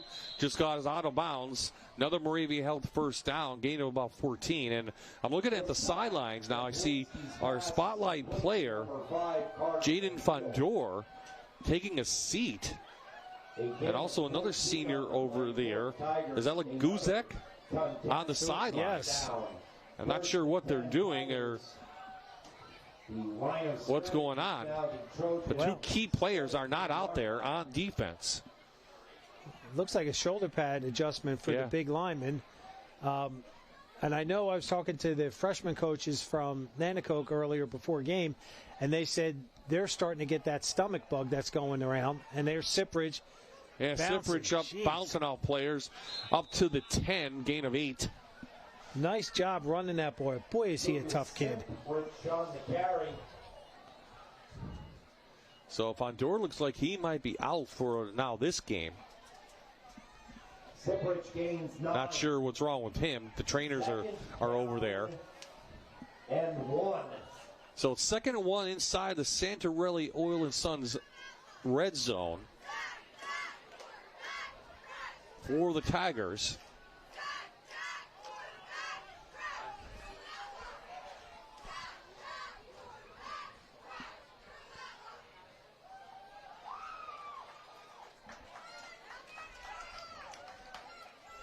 Fake to Cyprich. Lewinsky under pressure, eludes that, and then finally finds a wide open receiver in the end zone. And diving 13. catch by Caden Simmers, his first touchdown of the year, and it's a Reaper's Revenge touchdown for the Tigers. Play is good for a Tunkhannock Tigers. 9 yards on that. Nice job. And again, heads up play by Simmers to get himself wide open. Oh, he's loving that right there. He's like, my first one, coach. Yes.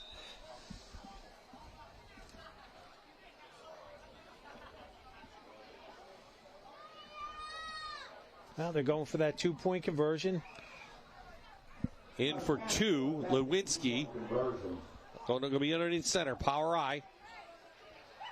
Lewinsky fakes it and dives, and they say the ball went over. So the PAT is good. 7:48 left in the third. It's 35-0 Tunkhannock.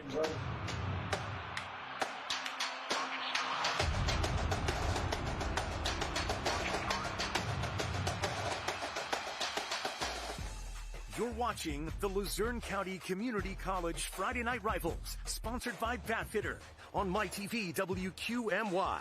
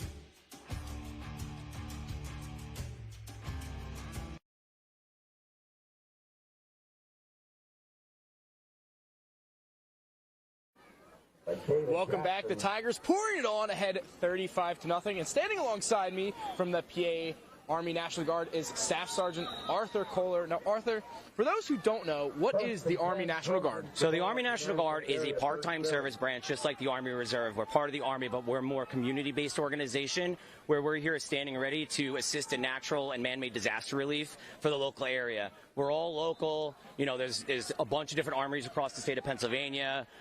There's over 10,000 people serving in the Army National Guard right now in Pennsylvania. It's a really good community-based organization where, you know, we're all from these areas, we all live in these areas, and we all serve in the same areas that we are. So that's what makes us really unique to the military overall picture. And for those who might be thinking about, you know, joining the Army National Guard, convince them. Why should they join? I mean, we're the only branch that offers 100% tuition to any state school here in Pennsylvania for literally 39 days a year, okay, for 6 years. So if you add that all up, all the training time, everything else, it's about 1 year, a little bit over 1 year of service total in those 6 years. To go to college for free these days is huge, especially with the student loan crisis people are in. We all watch it. We all hear people complaining about student loans. To not have to pay $400 a month for the rest of your life for a student, you know, for a diploma that you can never resell or anything else, it's really a no-brainer if you are eligible for it. Well, you give a great sales pitch, Arthur. Thank you for joining me. Guys, back up to you. Thank you. Thanks, Sergeant. And back on the field, another mistake by Nanticoke, and Tunkhannock has jumped on the ball back at the 16-yard line. Another loss on the play. So losses are piling up. It looks like our figure loss spotlight player Fandor is out. Had some ice on his hand. Both spotlight players are out. Up their shoulder. So Andrew Lipinski went out in the first play of the game. And now Coach Saxon, you know, just kind of trying to figure out what to do. Sometimes when the basics don't go, they had low snap, that one goes over. Just go down. Well, Jackson going to get it out of the, and then finally takes a big hit. We have a late flag come in. He gets up to the 9. So let's see what the flag is, and Tunkhannock should get the ball right there. Snap picked up. So high snap and another costly mistake from the Trojans. Yep, the previous snap was low. That's what caused that 16-yard loss on a bad snap, and then a high snap into the end zone.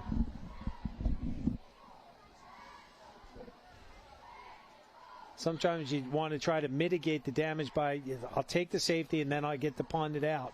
Or free kick it out, I should say. But here we go. Block in the back. Offense. That penalty's declined. It'll be first down white. So Tunkhannock will start at the Nanticoke 9-yard line. Already up 35-0, and we're in the running clock now. Yeah, the mercy rule took effect after that last touchdown. I should say the 2-point conversion that Lewinsky converted for the Tigers. So there's some new players going in and out. But honestly, both teams are not deep, and they don't have a lot of players on the sidelines. First down and 10 Tigers. Old adage that we used to say is we're one deep, and both these squads are due to the lack of numbers. Tunkhannock a 3A school, Nanticoke a 4A school.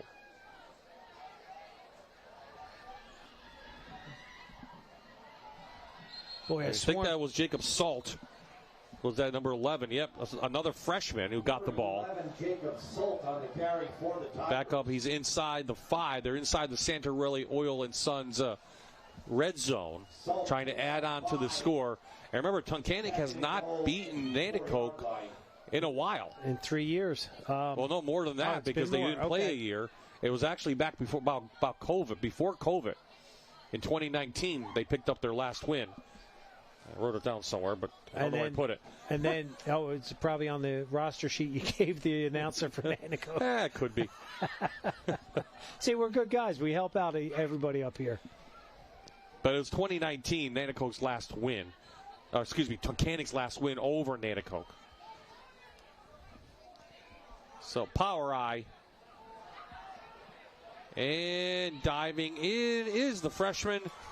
Salt picks up his second touchdown of the season, and Tunkhannock extends the lead on the 3-play drive for 9 yards. Well, nice job in there by the Tigers getting that done in there. Bobbing and weaving as a freshman. Good job. Excellent job. He's going to be happy. Mom and Dad will be happy. You know, that's my boy out there that just scored as a freshman. That's good. Good experience being gained by some of the Tigers right now.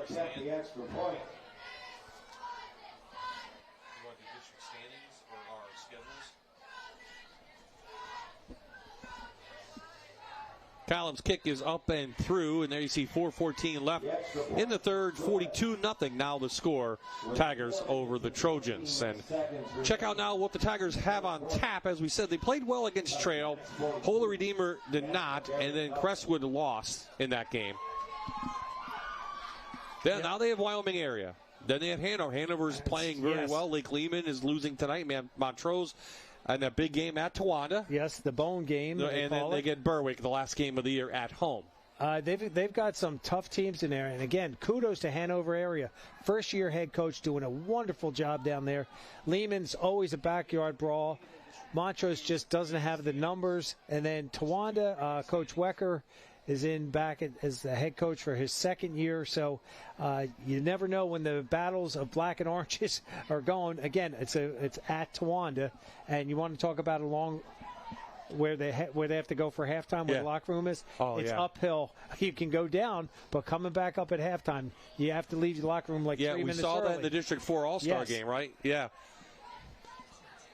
So we'll take a look at the AAA standings, and 8 teams in AAA make the playoffs. So Tunkhannock made it last year, I believe, and can make it this year. They string a couple wins together. And here your Bath Fitter kickoff. Callum with a strong kick.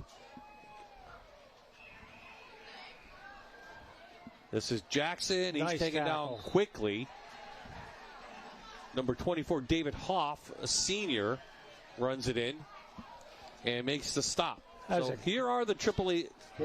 That's the AA standings. We'll get to AA. Okay, we'll do AA and then we'll do AAA. So Lakeland, Riverside, Lakeland in a battle. Dunmore and Lackawanna Trail were battling out, and Susquehanna was losing tonight. So that's a toss-up type of game. Just 3 teams going to toss it out. Wyoming area beating Lakeland 22-14 right now. Thank you, guys. There's the 3A standings. As we said, 8 teams get in. Prep's going to drop to 0-4. Mid-Valley was playing well. Hanover's right there. Carbon Hill's right there. Tunkhannock is like after Prep, under Prep. So if they'll pick up a win tonight. They'll even their record at 2-2. And Mid-Valley is beating the Hornets of Honesdale 35-20. Yeah, so they're going to pick up some 4-8 points there. So, we'll have to see. Scary thought if Scranton Prep would have made it. I think they've won 6 straight AAA titles. They have. Maybe longer, more than that. But they're starting 0-4, losing to Delaware Valley. They have some tough games coming up with Abington and Scranton. And then we'll have them against North Pocono in the final game of the year. And they could be playing for their playoff lives, could the Cavaliers. Penalty markers on the play. And what do we have?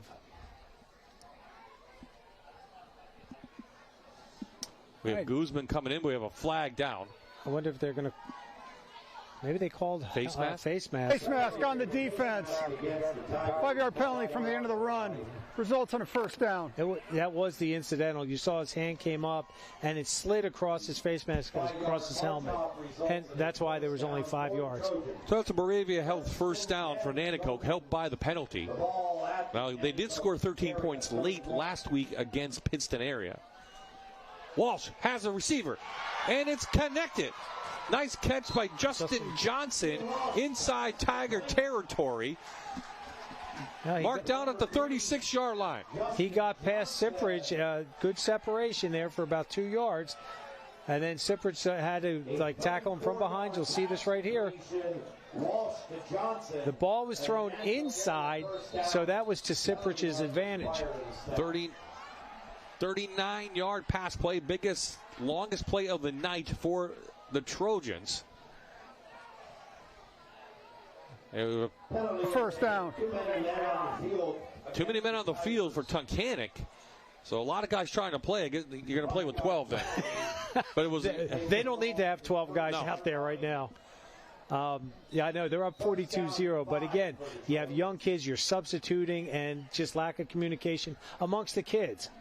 Here comes a blitz. Walsh gets time, and just out of the reach of Johnson, the sophomore.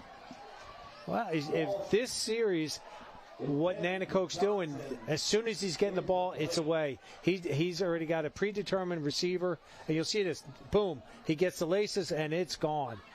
just overthrew that one. Now, 2 sophomores, those 2 kids, by the time they're seniors, in 2 years, they're going to be a force to be reckoned with. We got protection. The line did a good job protecting them on the Tunkhannock blitz. And again, Tunkhannock has 8 guys in the box expecting a run, and they get a run.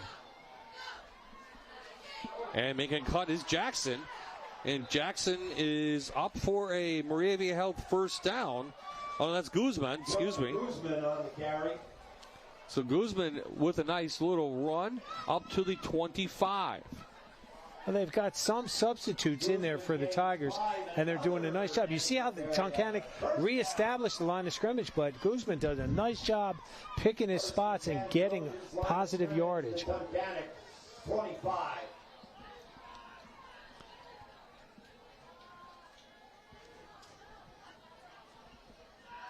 Low snap, Walsh rolling.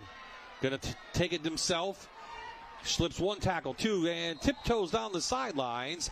Moravia Health first down inside the Santarelli Oil and Sons red zone. Knocked out of bounds. Out of bounds at the 10-yard line. At the 10. First and goal, Trojans. A nice drive being put together by Nanticoke. He was looking, obviously, to pass the ball, but did a nice job improvising that. Took a page from Lewinsky's book and said, you know what, I'm going to take the ball literally into my own hands. It does a nice job. It's going to be outside the 10, about the 11, so they can get a first down. Pitch, Guzman. Up to the 3. Good push by the line. That time giving Guzman the hole. And that should just... Those.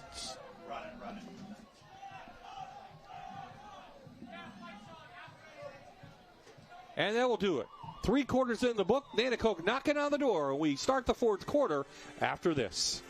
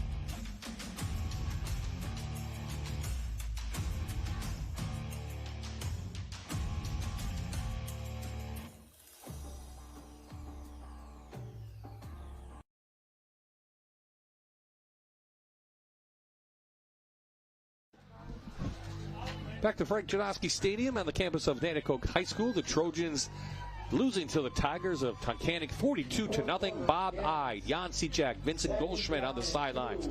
And our Fox 56 sports crew, you're back to Nanticoke knocking on the door. Best drive of the night being put together, trying to get some points on the board. They give it inside to Guzman, and Guzman is a yard short inside the Santarelli Oil and Sons red zone.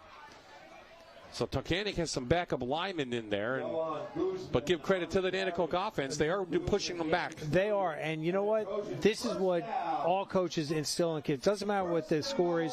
You got to keep fighting until the last whistle blows, and they're doing that right now. Nanticoke's showing a little bit of heart and desire to get that ball in the end zone. Oh, and they got a first down, so they have four plays to get it in. Walsh in for a touchdown. He did. No, I don't think he got in. The side judge on the far side said, yes, it is a Reaper's Revenge touchdown for the Trojans of Nanticoke. Ian Walsh takes it in for his second rushing touchdown of the season. Oh, there he is. Yep, he squirted right through. Everybody went right into the center there. Ian Walsh, 1 yard. Good for the Trojans. So, Juan Pablo Padazaka in for the PAT.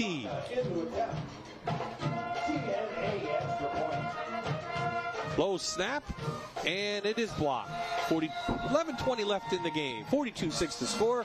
Time now for our Scholar athletes. Let's go back to Vince on the field. Thanks, Bob. You mentioned it's time for our Figured Law Scholar athletes. And we got two wonderful gentlemen for tonight. For Tunkhannock, we have Ian Burke, and for Nanticoke, we have Joshua Gashak. We'll start with Burke. Burke is a 3-sport varsity athlete, football, basketball, and track and field, ranks 8th in his class, and is the founder and president of Pairs for Players, a nonprofit which provides footwear for underprivileged athletes from grades 7 to 12 at Tunkhannock High School. As for Gashak, a 3-time Letterman and all-honor student, and the vice president of his class. Now, some irony here. Gashak wants to go study civil engineering in college, and Burke wants to go study finance. And guess where? Both want to look and join the Fighting Irish at Notre Dame and do their studies in South Bend. Just a reminder that all of our Scholar athletes able for a $5,000 scholarship at the end of the season. Hopefully these gentlemen give themselves a good chance. Well, go to that school, one of the best in the country. Maybe they could be roommates, being from Northeastern in Pennsylvania. How about that? Go Irish. Go Irish. Well, I know, and again, because I know the family, Ian's father, John, is a graduate of Notre Dame. They're John and Angie's oldest daughter, Sophie, actually graduated from Notre Dame and is working at the university.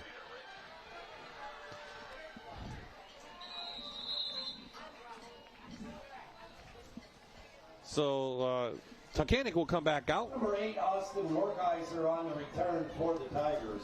On the return, Austin Werkheiser, a senior, brings it up. And we'll give you some scores because they're starting to come in fast. And there's some close ones. As we were talking about Scranton Prep, well, they've caught up to Del Val. It's 31-28. They're just in the third quarter. North Pocono is beating Wallenpaupack in the fourth, 31-13. Loyal Sock 40-20 over Midwest. Jersey Shore up 7 over Shamokin. Dunmore and Lackawanna Trail tied at 28. Riverside 42-7 over Lake Lehman. Danville 43-7 over Central. Abington 31-0 over Valley View. That's a bit of a surprise. Pittston 27, Wyoming Valley West 13. Bloomsburg Warrior Run. Bloomsburg's pulled ahead by 14, so they could stay undefeated in their game with Loyal Sock next week here on Friday Night Rivals. As we have the running clock now, 42-6. 11, Jacob Solt, the ball carrier. Solt brings it up. We saw him get a touchdown last time out for Tunkhannock. Southern Columbia 27, Mount Carmel 16. Here's a replay on that. Salt getting the ball on the outside zone off the RPO. Great job in there running the ball. He's got to just get those shoulders a little bit lower. But again, he's only a freshman, folks. And we have a new quarterback. Number 16 is in there. Looks like Ty Coakley. 5'11", 165. He's just a freshman. Huh. Nanticoke's defensive line was having no parts of that right there. That was Ryan Geisel right there, 6'3", sophomore. Boom, just grabbed him and manhandled him there. Well, you got a little bit of frustration, too. Sure. You're down 42-6, and you have some of the backups in now. I was noticing 2 drives prior to this for Tunkhannock. They were working their passing game because you can't actually simulate game speed at practice when you don't have a lot of kids, and that was good for them. But again, Coach Keating getting ready for next week with his starters. Let them get a quarter of rest, an extra quarter of rest in there. Yeah, they'll be at Wyoming area. Pulled down, looks like Montero out there who made the catch, the other freshman. And that was Landon Hewells back there for the tackle. Gain of 5, 4th down and 2.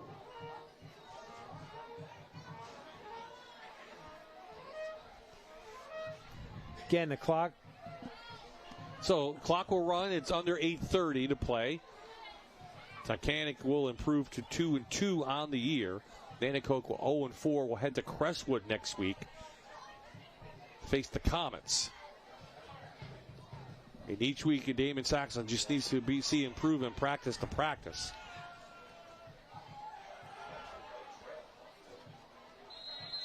Coakley gets it out quickly. There's number 8. That's Austin Werkheiser. Number 8, Austin Werkheiser. Nice job coming back for the ball, sat down, and I like that. You see all Werkheiser, he knew he was down, but he still spun around to try to get that extra yardage. So there's a Moravia Health first down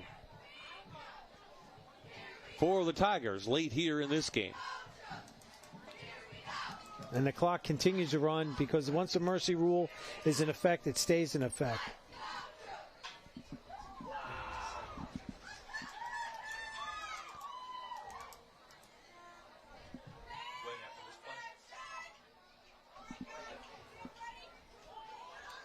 So Coakley will go under the center on the first down play.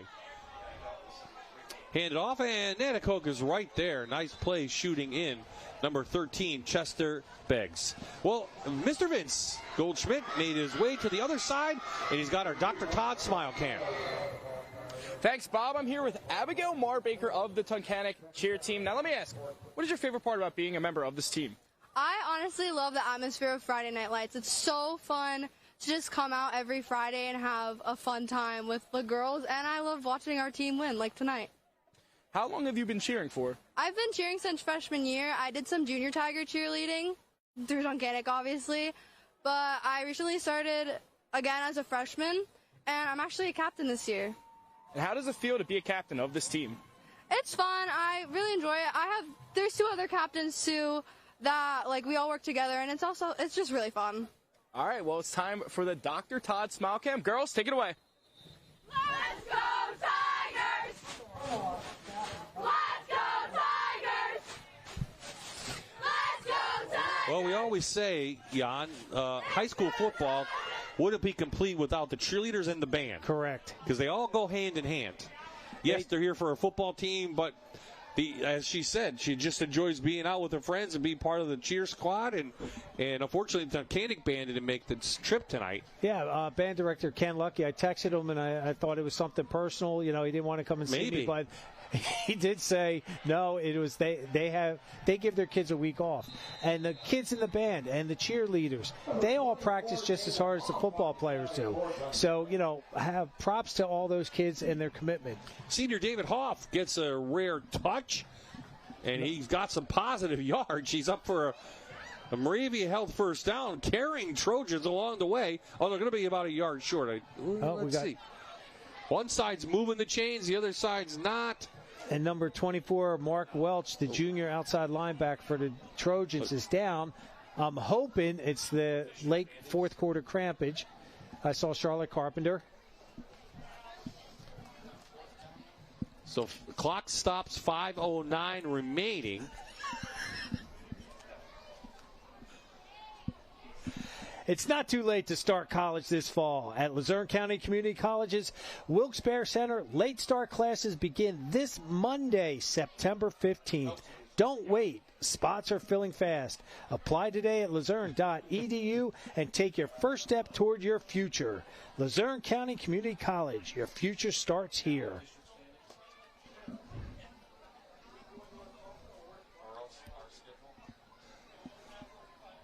So if an injured Trojan down, and that's not what we want to see in a game like this, 5:09 remaining.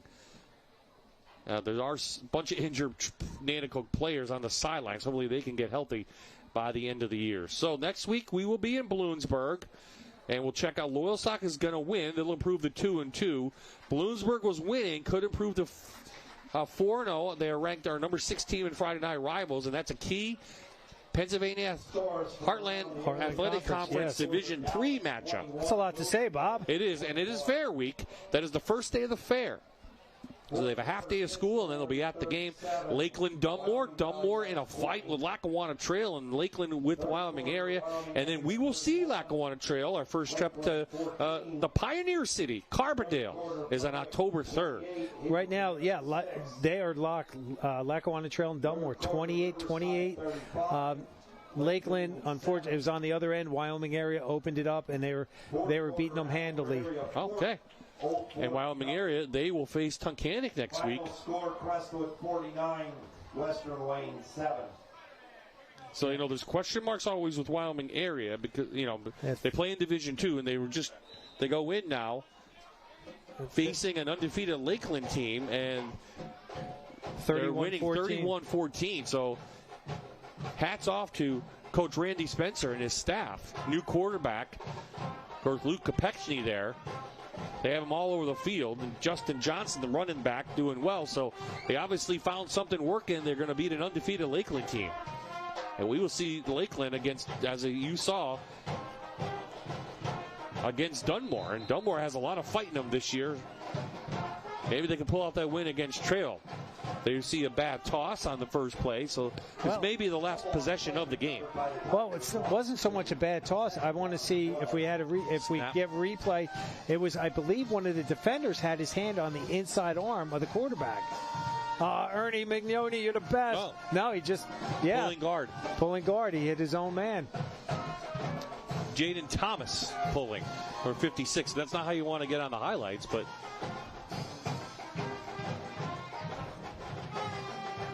So Wilkes-Barre's come back and tied Dallas 21-all. Wow. That's in the fourth. Again, a lot of fight for Wilkes-Barre. In a dogfight last week, they pulled it out.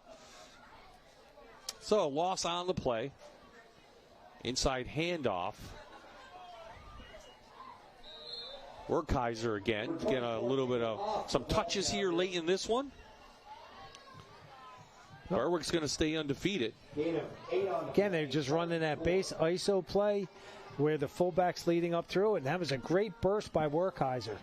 I'll check as we're talking, but Scranton Prep now leads Del Val 35-31 in a shootout. Wow. Good. In Dunmore. And they were down 31-7 or something like that? Yes, they were. It's like you'd think Delaware Valley, but boy, nice job with Coach up there getting his kids going to be an 0-3 coming into the game, and then to come back, and if they can pull that game off like they did, that's going to build a ton of confidence. Well, Delaware Valley was 0-3, Coach, right? Coming in. So, yeah.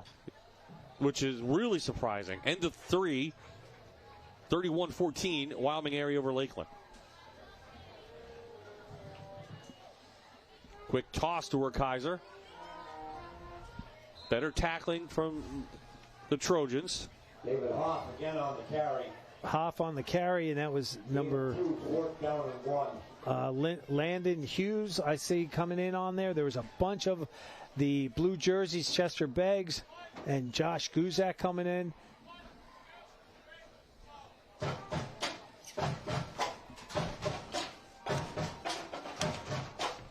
Yeah, Prep has scored the last 4 touchdowns of the game. Will McPartland, who was back from his knee injury, giving them a spark to score the leading touchdown with 8:07 left in the fourth quarter. That's courtesy of Scott Walsh and the Scranton Times. So keep an eye on that one. That's a big game for the standings and also in Lackawanna Football Conference Division 1. Quick pitch to Werkheiser. Werkheiser with his head down, shoots through. A lot of dark jerseys there. See, Werkheiser there is actually working so hard. He's trying to show the coaches he can run the ball. Yeah, it's late in the game, and Tunkhannock's going to win this game handily. But again, he wants to prove to the coaches that he can be the guy coming up the next couple years. Landon Hulls, number 22, made the tackle. So we're under 90 seconds to play in this one. It was all Tunkhannock from the offset, but we'll have to check on their star wide receiver, Andrew Lipinski, who a lot of teams are looking at, including Villanova. Villanova. Coach Ferrante took over for Andy Talley years ago and has done a nice job with Villanova as a 1AA school. They do a tremendous job, and he's going to get, if he goes there, he's going to get a tremendous education. Oh, yeah, and they'll play Penn State tomorrow. Yours truly will be there at Penn State as the Wildcats take on the Nittany Alliance.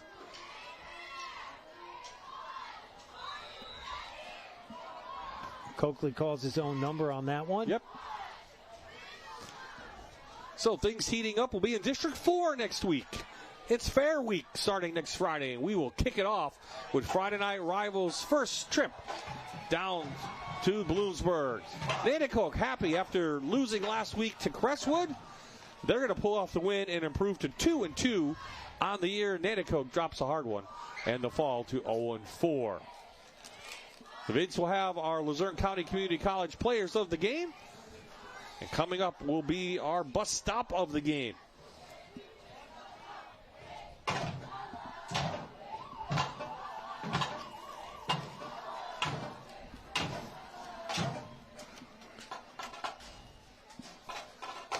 This is the school bus stop of the game. Always remember to stop when the school bus arm is out. Here's our bus stop of the game. Right, look at that. What a way to stop someone. That's a great job by number 64 in there. Aiden Anderson, 5'11", 220-pound senior. He makes our bus stop of the game on a big hit on Guzman, and that was one of the key things coming in for Tunkhannock. Tunkhannock Tigers, winners tonight. And Vince down with our players of the game. Thanks, Bob. I'm here with Zach Latwinski and Lucas Ziprich. Now, both of you gentlemen, great games. Lucas, I'll start with you first. 2 big rushing touchdowns, including the big breakaway. How did it feel to have that long run? Oh, it felt awesome. It really did. But I couldn't have done it without my line and my quarterback right here. It was an amazing feeling. And Zach, totaled for 3 today. How did it feel? Get a big win on the road. You know, I mean, it was amazing. Last week we had a rough week, horrible week. We bounced back. O-line looked great. Receivers looked great. Everyone was on board. We focused up in practice this week, and it paid off for us. And for both of you gentlemen, big loss, big win. Big loss, big win. How do we break the trend next week going to Wyoming area? Just keep working. And we got to stay focused. I mean, it's a phenomenal football team, but we've been here against Trail, and we know we can compete with them. We're going to give it our best. All right, boys, congratulations. Go celebrate. Guys. Thank you. Well, depending on how Andrew Lipinski comes out after being injured tonight, those 2 guys are going to play key roles moving forward for the Tigers. Very big, especially with the way how lanky he is and how quick and elusive Lipinski can be as a receiver and as a running back. And right now you see Coach Keating, he's talking to the kids saying enjoy it on the bus ride home, but we got a lot of work to do to get ready for Wyoming area. Absolutely. If you want more scores, go to NEPAfootball.com. That's where we get them, courtesy of Luzerne County Community College. So the final score again, Tunkhannock improves to 2-2 on the year. They beat Nanticoke 42-6. For Vincent Goldschmidt, Jan Seachak, Bob Ide, and the entire Fox 56 Sports crew, so long from Frank Janeski Stadium.